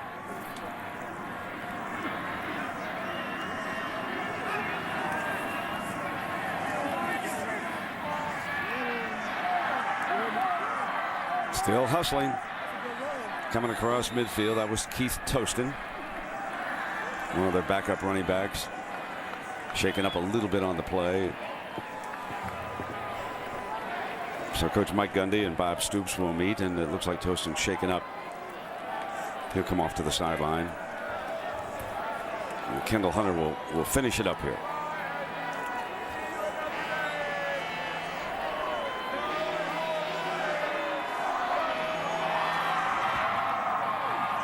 And the curtain comes down on another chapter in the Bedlam game. Sam Bradford. And Oklahoma now tied for first in the Big 12 South, and it is up to the BCS rankings to decide who will play Missouri. We'll find that out tomorrow.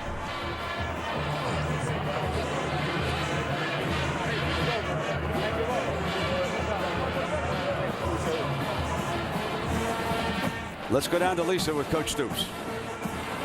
Thanks, Brent. Coach, 7 of the last 8 drives, touchdowns for you guys. What was really clicking for you?